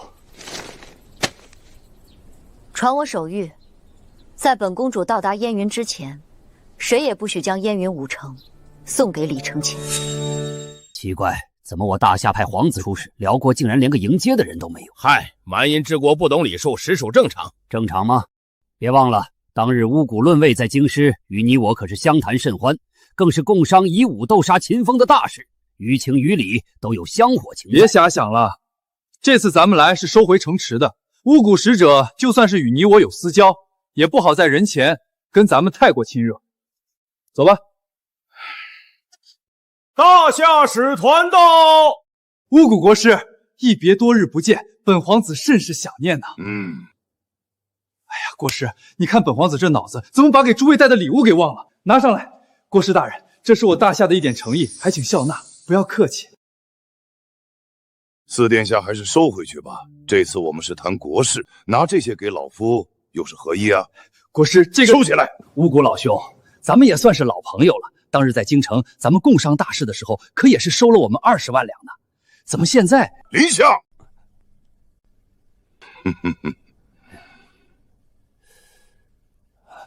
不，林主簿，两国谈判当慎言。这老东西怎么回事？之前贪财贪得跟什么似的，也是这伙人，见了钱都挪不开眼，现在装得跟258万似的。有鬼！国师大人，你好，不管你要不要，本皇子的诚意可是到了，咱们开门见山，直接谈正事吧。有话直说。之前在大夏赌斗，你们辽国输给我们大夏5座城池，这次来，本皇子就是代表大夏收回这燕云5城。巫蛊国师，拿来吧。不给。你说什么？不给？你们辽国好歹也是大国，怎能如此言而无信？说不给就是不给，大不了打一仗。你们五谷老兄，你们大辽如此行事，就不怕九州各国耻笑吗？不怕。你五谷论位，你再敢这么滚刀肉，信不信本官一纸状书告到你们皇帝那儿，告你吃拿卡要、贪污受赖、勾结外国，通。通敌叛国。对，通敌叛国。随便。五谷论位，临时毁约，到底是你的意思还是你们皇帝的意思？是本公主的意思。耶律公主，你不是在秦国公府吗？什么时候回的辽国？快马加鞭，风雨兼程，刚好比你早到了一天。更好，你这次回来就是为了搅黄收回燕云5城之事。不然呢？秦风到底给了你什么好处，让你这么干？本公主自己瞧不上你，跟别人有什么关系？你们辽国好歹也是泱泱大国，你身为一国公主，怎能如此出尔反尔？我蛮夷也。你言而无信，算不得君子。呵呵，我女子也。你是战也好，和也罢，本公主输的是秦风，又不是你李承乾。这5座城什么时候轮得到你来守？你这是借口。好啊，本相是看明白了，你们一开始就没想把这5座城交出来。随你怎么想，林主簿。四殿下，咱们走吧。不行，不能走。本皇子若是输了，就做不了储君了。我们拿不回燕云5城，难道八皇子那边就能那么顺利的赈灾放粮？别忘了，还有马匪。对，马匪，那可是连朝廷都奈何不得。老八呀，老八，我做不成储君，你也休想。公主，您真要这么做？老师，您自小看我长大，一定是了解我，对不对？不错，你人定的事情没人能改，就连陛下都不行。那既然如此，老臣就再陪公主任性上一回。多谢老师。你我之间谈什么谢字？陛下那边自有老臣来周旋。只是你说的那些东西，真能让我大辽改天换地，变得和大夏江南一般肥沃吗？也许现在不能，但只要秦风在，一切都有可能。好，有公主这句话，老臣就是被陛下治罪也无憾了。摆驾，准备10重嫁妆，跟本公主一起赴往大夏。是，公主。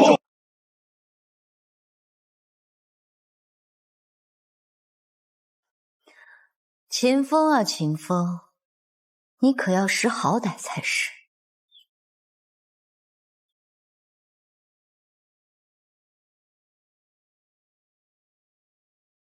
相公，你这又是在画什么图呀？之前那些我还能看得懂，现在怎么越来越看不懂了？这些都跟手枪一样，是了不得的火器。你看这个叫狙击枪，只要架800里开外，一枪干掉鬼子的狙击手。鬼子不重要。再看这个，这叫手榴弹，咬开拉环往前面那么一丢，方圆百丈，人烟断绝啊！这么厉害？这个叫霰弹枪，一枪下去，什么金钟罩、铁布衫，直接轰成烂泥都多余了。哇，那这个是什么呀？这个叫充气。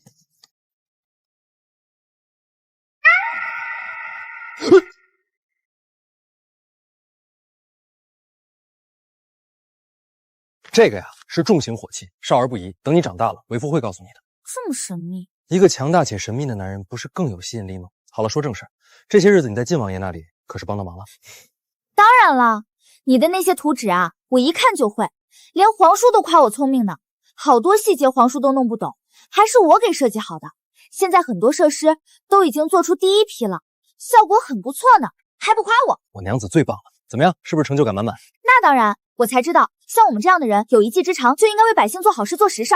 你都不知道，我看见做出来的水车啊、改良梨呀，还有大棚什么的，给百姓提供可多方便，别提我有多高兴了。不过你说小坤子这次真能赢吗？那边马匪猖獗，我还真有点不放心。一定能的，别忘了，你夫君坐镇中军，运筹帷幄，早就把事情给他安排好了。那就好，我可不希望4哥当皇帝，他心眼可小了，我从小就不喜欢他。放心吧，老八这太子啊是当定了。还有，文主姐姐昨晚也悄然进城了，没人发现。他回来了，那天我伤害到他了，也不知道他到底去干什么了。都说是给你准备嫁妆了，知道了吧？我知道了，算算日子，老爸也该回来了。世子，世子，四皇子回来了，陛下急召您进宫。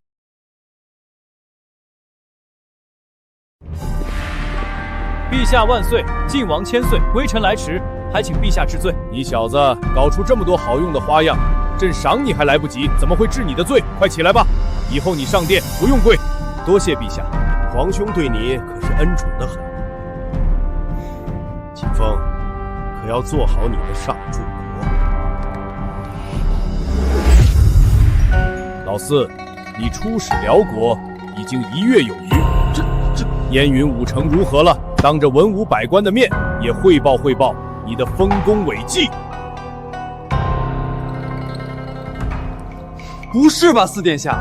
当时赌斗可是说好的以燕云5城为主，你携大义前去讨要，竟然都没要到。这也不是，其实当时你们在赌斗的时候，可就眉来眼去，打得热乎，我还以为你们私交的有多好，不会连谈这么个小事儿都没谈下来。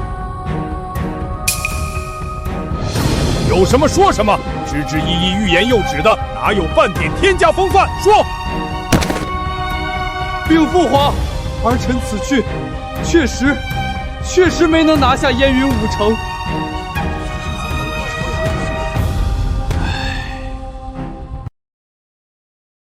你说什么？你们去了这么多人，带了这么多诚意，还有当日的赌约为证，就这样都没能拿回燕云5城。父皇，你听我解释啊！父皇，本来我跟五谷伦卫那老东西都谈得好好的，谁知道那辽国公主耶律文竹不知什么时候来了，硬是耍赖不给，儿臣也没办法呀！放屁！这朝野上下谁不知道，辽国公主此刻就在秦国公府跟着秦风学习。是秦风和那北蛮子串通的，是他硬要拦着我大夏收复故土啊！父皇。说你放屁，你还连环上了是吧？我要是想拦着，一开始就不会拿燕云5城做赌注。你不是针对大夏，你就是针对本皇子，不肯让本皇子立功。李承乾，你不要信口雌黄。秦风是何许人？秦风小节有时不拘，但大节从来不亏。他若是为了一己私仇，就处处使手段。你回来的路上也得坐轮椅。皇叔，你怎么胳膊肘往外拐啊？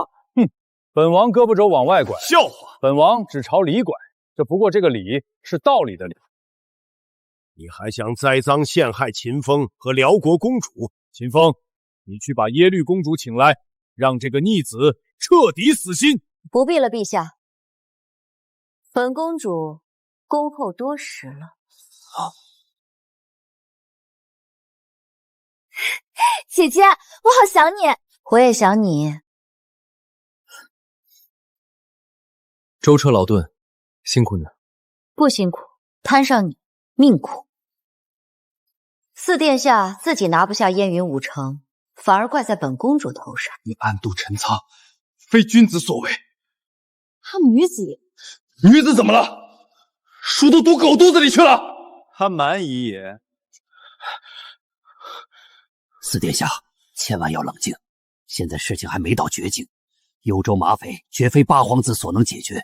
现在秦松林等人又去镇压南越，更无兵力可用，他赈灾一定不顺。是啊，说不定钱粮早就被马匪抢走了，让秦风他们的算计落一场空。对，我赢不了，他也别想赢。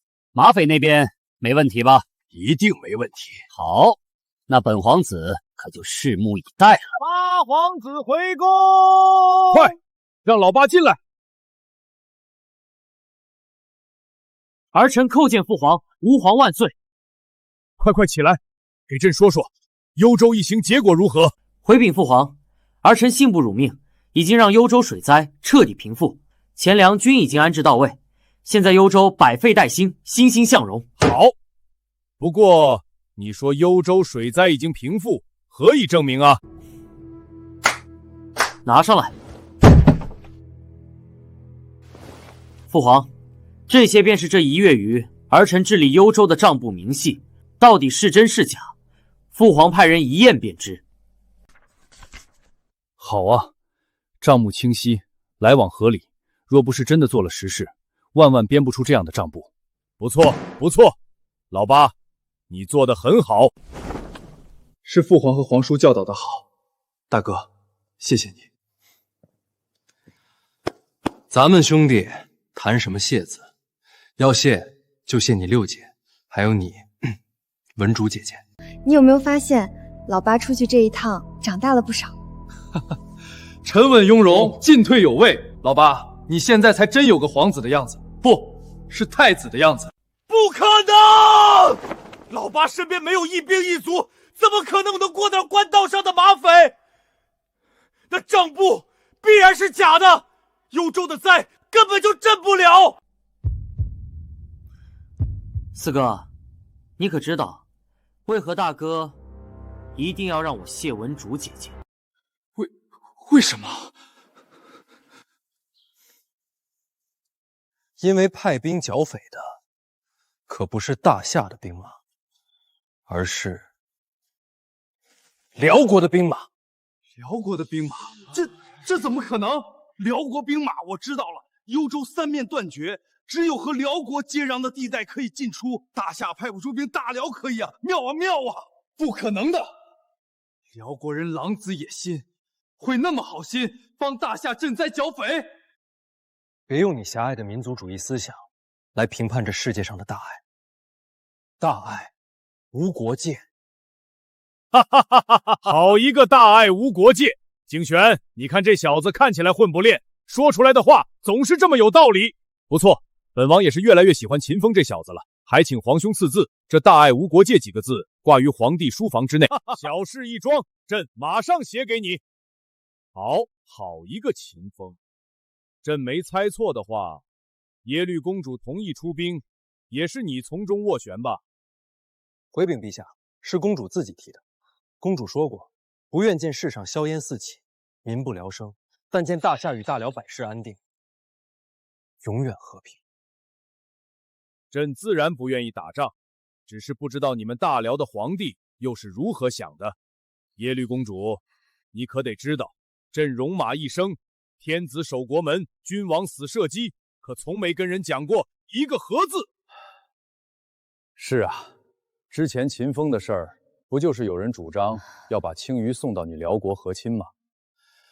两国交战许久，一时可不好收场啊。和亲？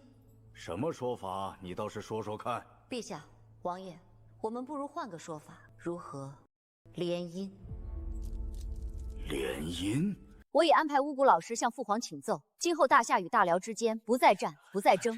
若是两国青年男女各自心生情愫，便可婚娶，视为联姻。这个说法倒是闻所未闻，新奇新奇。敢问公主是什么时候有的这个想法？我自小聪慧，眼高于顶，只以为世上没人能压得住自己。只是来到大夏之后，方知人外有人，天外有天。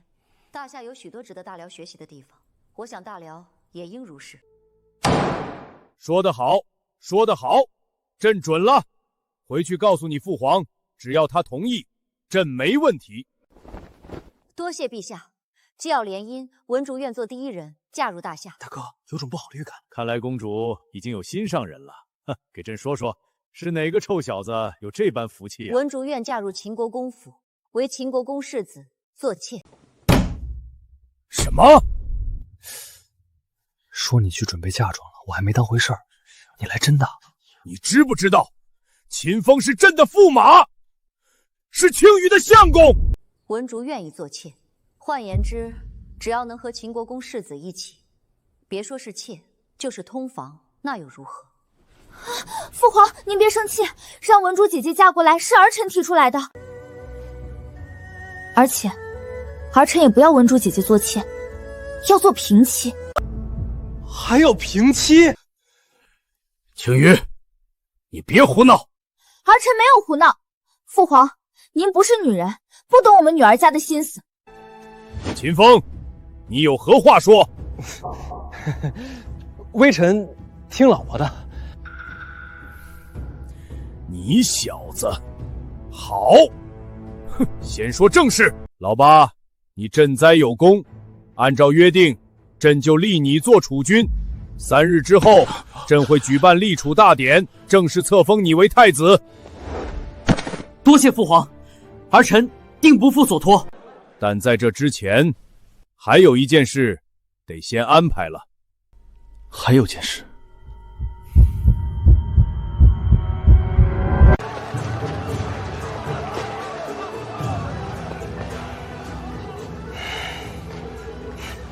驸马爷，您应该知道我吧？天启3年，我是状元。上次您结婚，给您上了1000两贺礼。礼部的王侍郎，那本世子不能忘。对，驸马爷，我上次送了2000两，这次3000两。李举事还是那么一表人才。世子，我又送了200两。那本驸马想不起来了。哎呀，本驸马不记仇。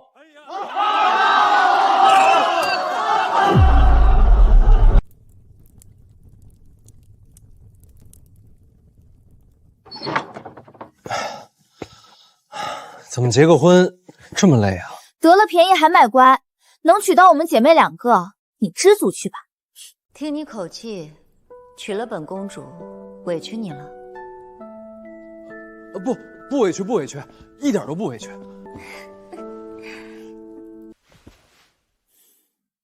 相公，今天我们姐妹2个一起陪你，咱们要不要一起学学外语？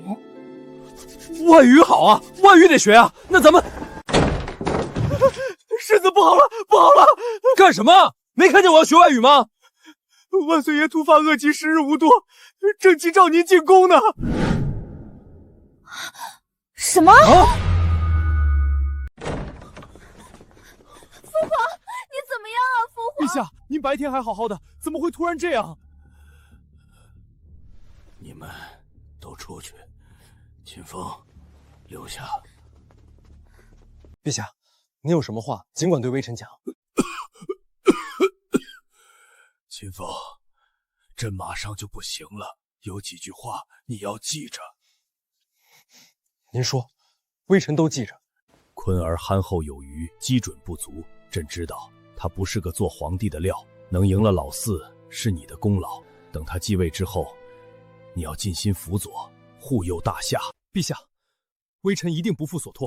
朕还没说完，可要是他倒行逆施，德不配位，你取而代之。陛下何出此言？臣与八弟情同手足，绝无二心。朕心里没有什么皇室天家，只要能为子民好，这皇位谁来做都是一样。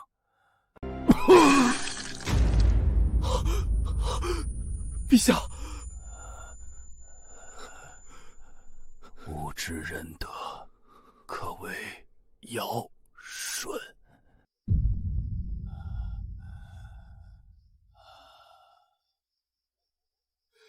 陛下！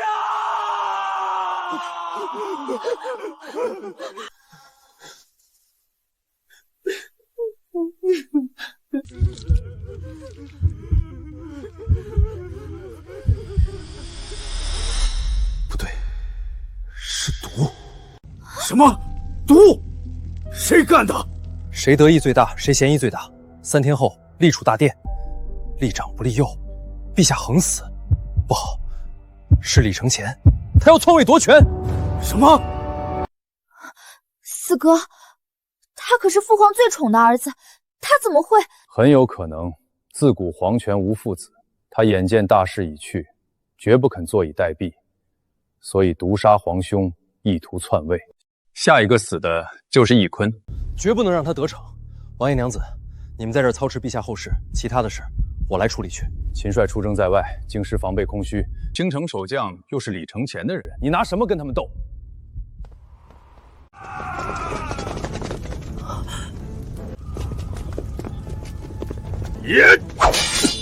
大哥，闭嘴，别让我分心。大祸于无处，得来全不费工夫，一石二鸟。世子爷承让了。承让你妈呀！承让！今天要篡位，你快去宫里躲着，其他的我处理。大哥，我跟你一起。一起个屁！杀的就是你，别拖累我！拿着滚蛋！李承乾啊，李承乾，你想玩玄武门之变，老子陪你玩！玄武门就在前面，李奕坤的叛军就在其中，大家杀进去，给陛下报仇！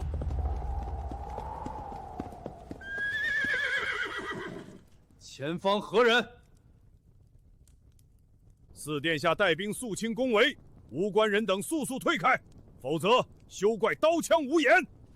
还不快滚！耽误了大事，诛你的九族！秦风，李承乾，你杀父弑弟，意图篡位夺权，今日就是你的死期！你放屁！明明是老八他着急上位，毒杀父皇，本皇子发兵讨伐而已。哦，先皇明明对外称是暴病而亡，你怎么知道先皇是中毒身亡的？休要巧言令色！王统领，给我杀了他！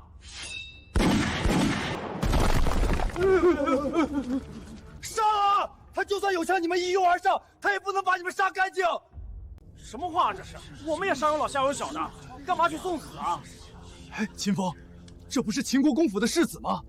之前跟辽国比斗，先皇给的奖励就是他分给咱们家眷的。王统领，这都是你的兵，让他们别受蛊惑，快杀了他，冲进去！四殿下，下官觉得还是先弄清楚比较好。有什么清不清楚的？你们还信不过本皇子不成？当然信不过你。你自己拍着良心想想，你平日里对兵士们如何，本世子对兵士们又如何？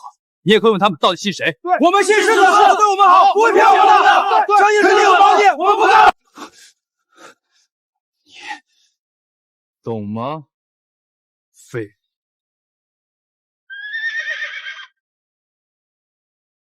世子，太医已经验过先皇的尸身，确实是中毒身亡，而中的毒也和在四皇子府邸中翻出来的毒药一模一样。苗疆蛊毒，四殿下，你的母妃正是苗女，这毒除了你，还有谁能用呢？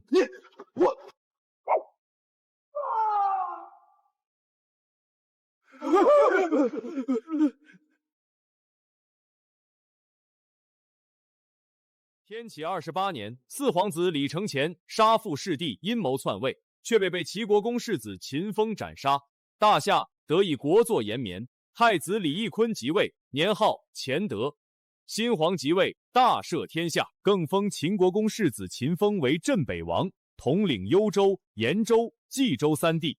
殿前不下马，上朝不下跪，一切以礼，与皇帝等同。一时间风光无两，权震天下。行掌天下权，醉卧美人膝，惬意啊！你小子混得可以啊！你老爹刚回来，你这爵位就比你爹还高了。怎么，以后是不是你爹见了你也得尊称一声王爷呀？哎，咱们爷儿俩谁跟谁啊？以后咱们各论各的，你管我叫王爷，我管你叫爹。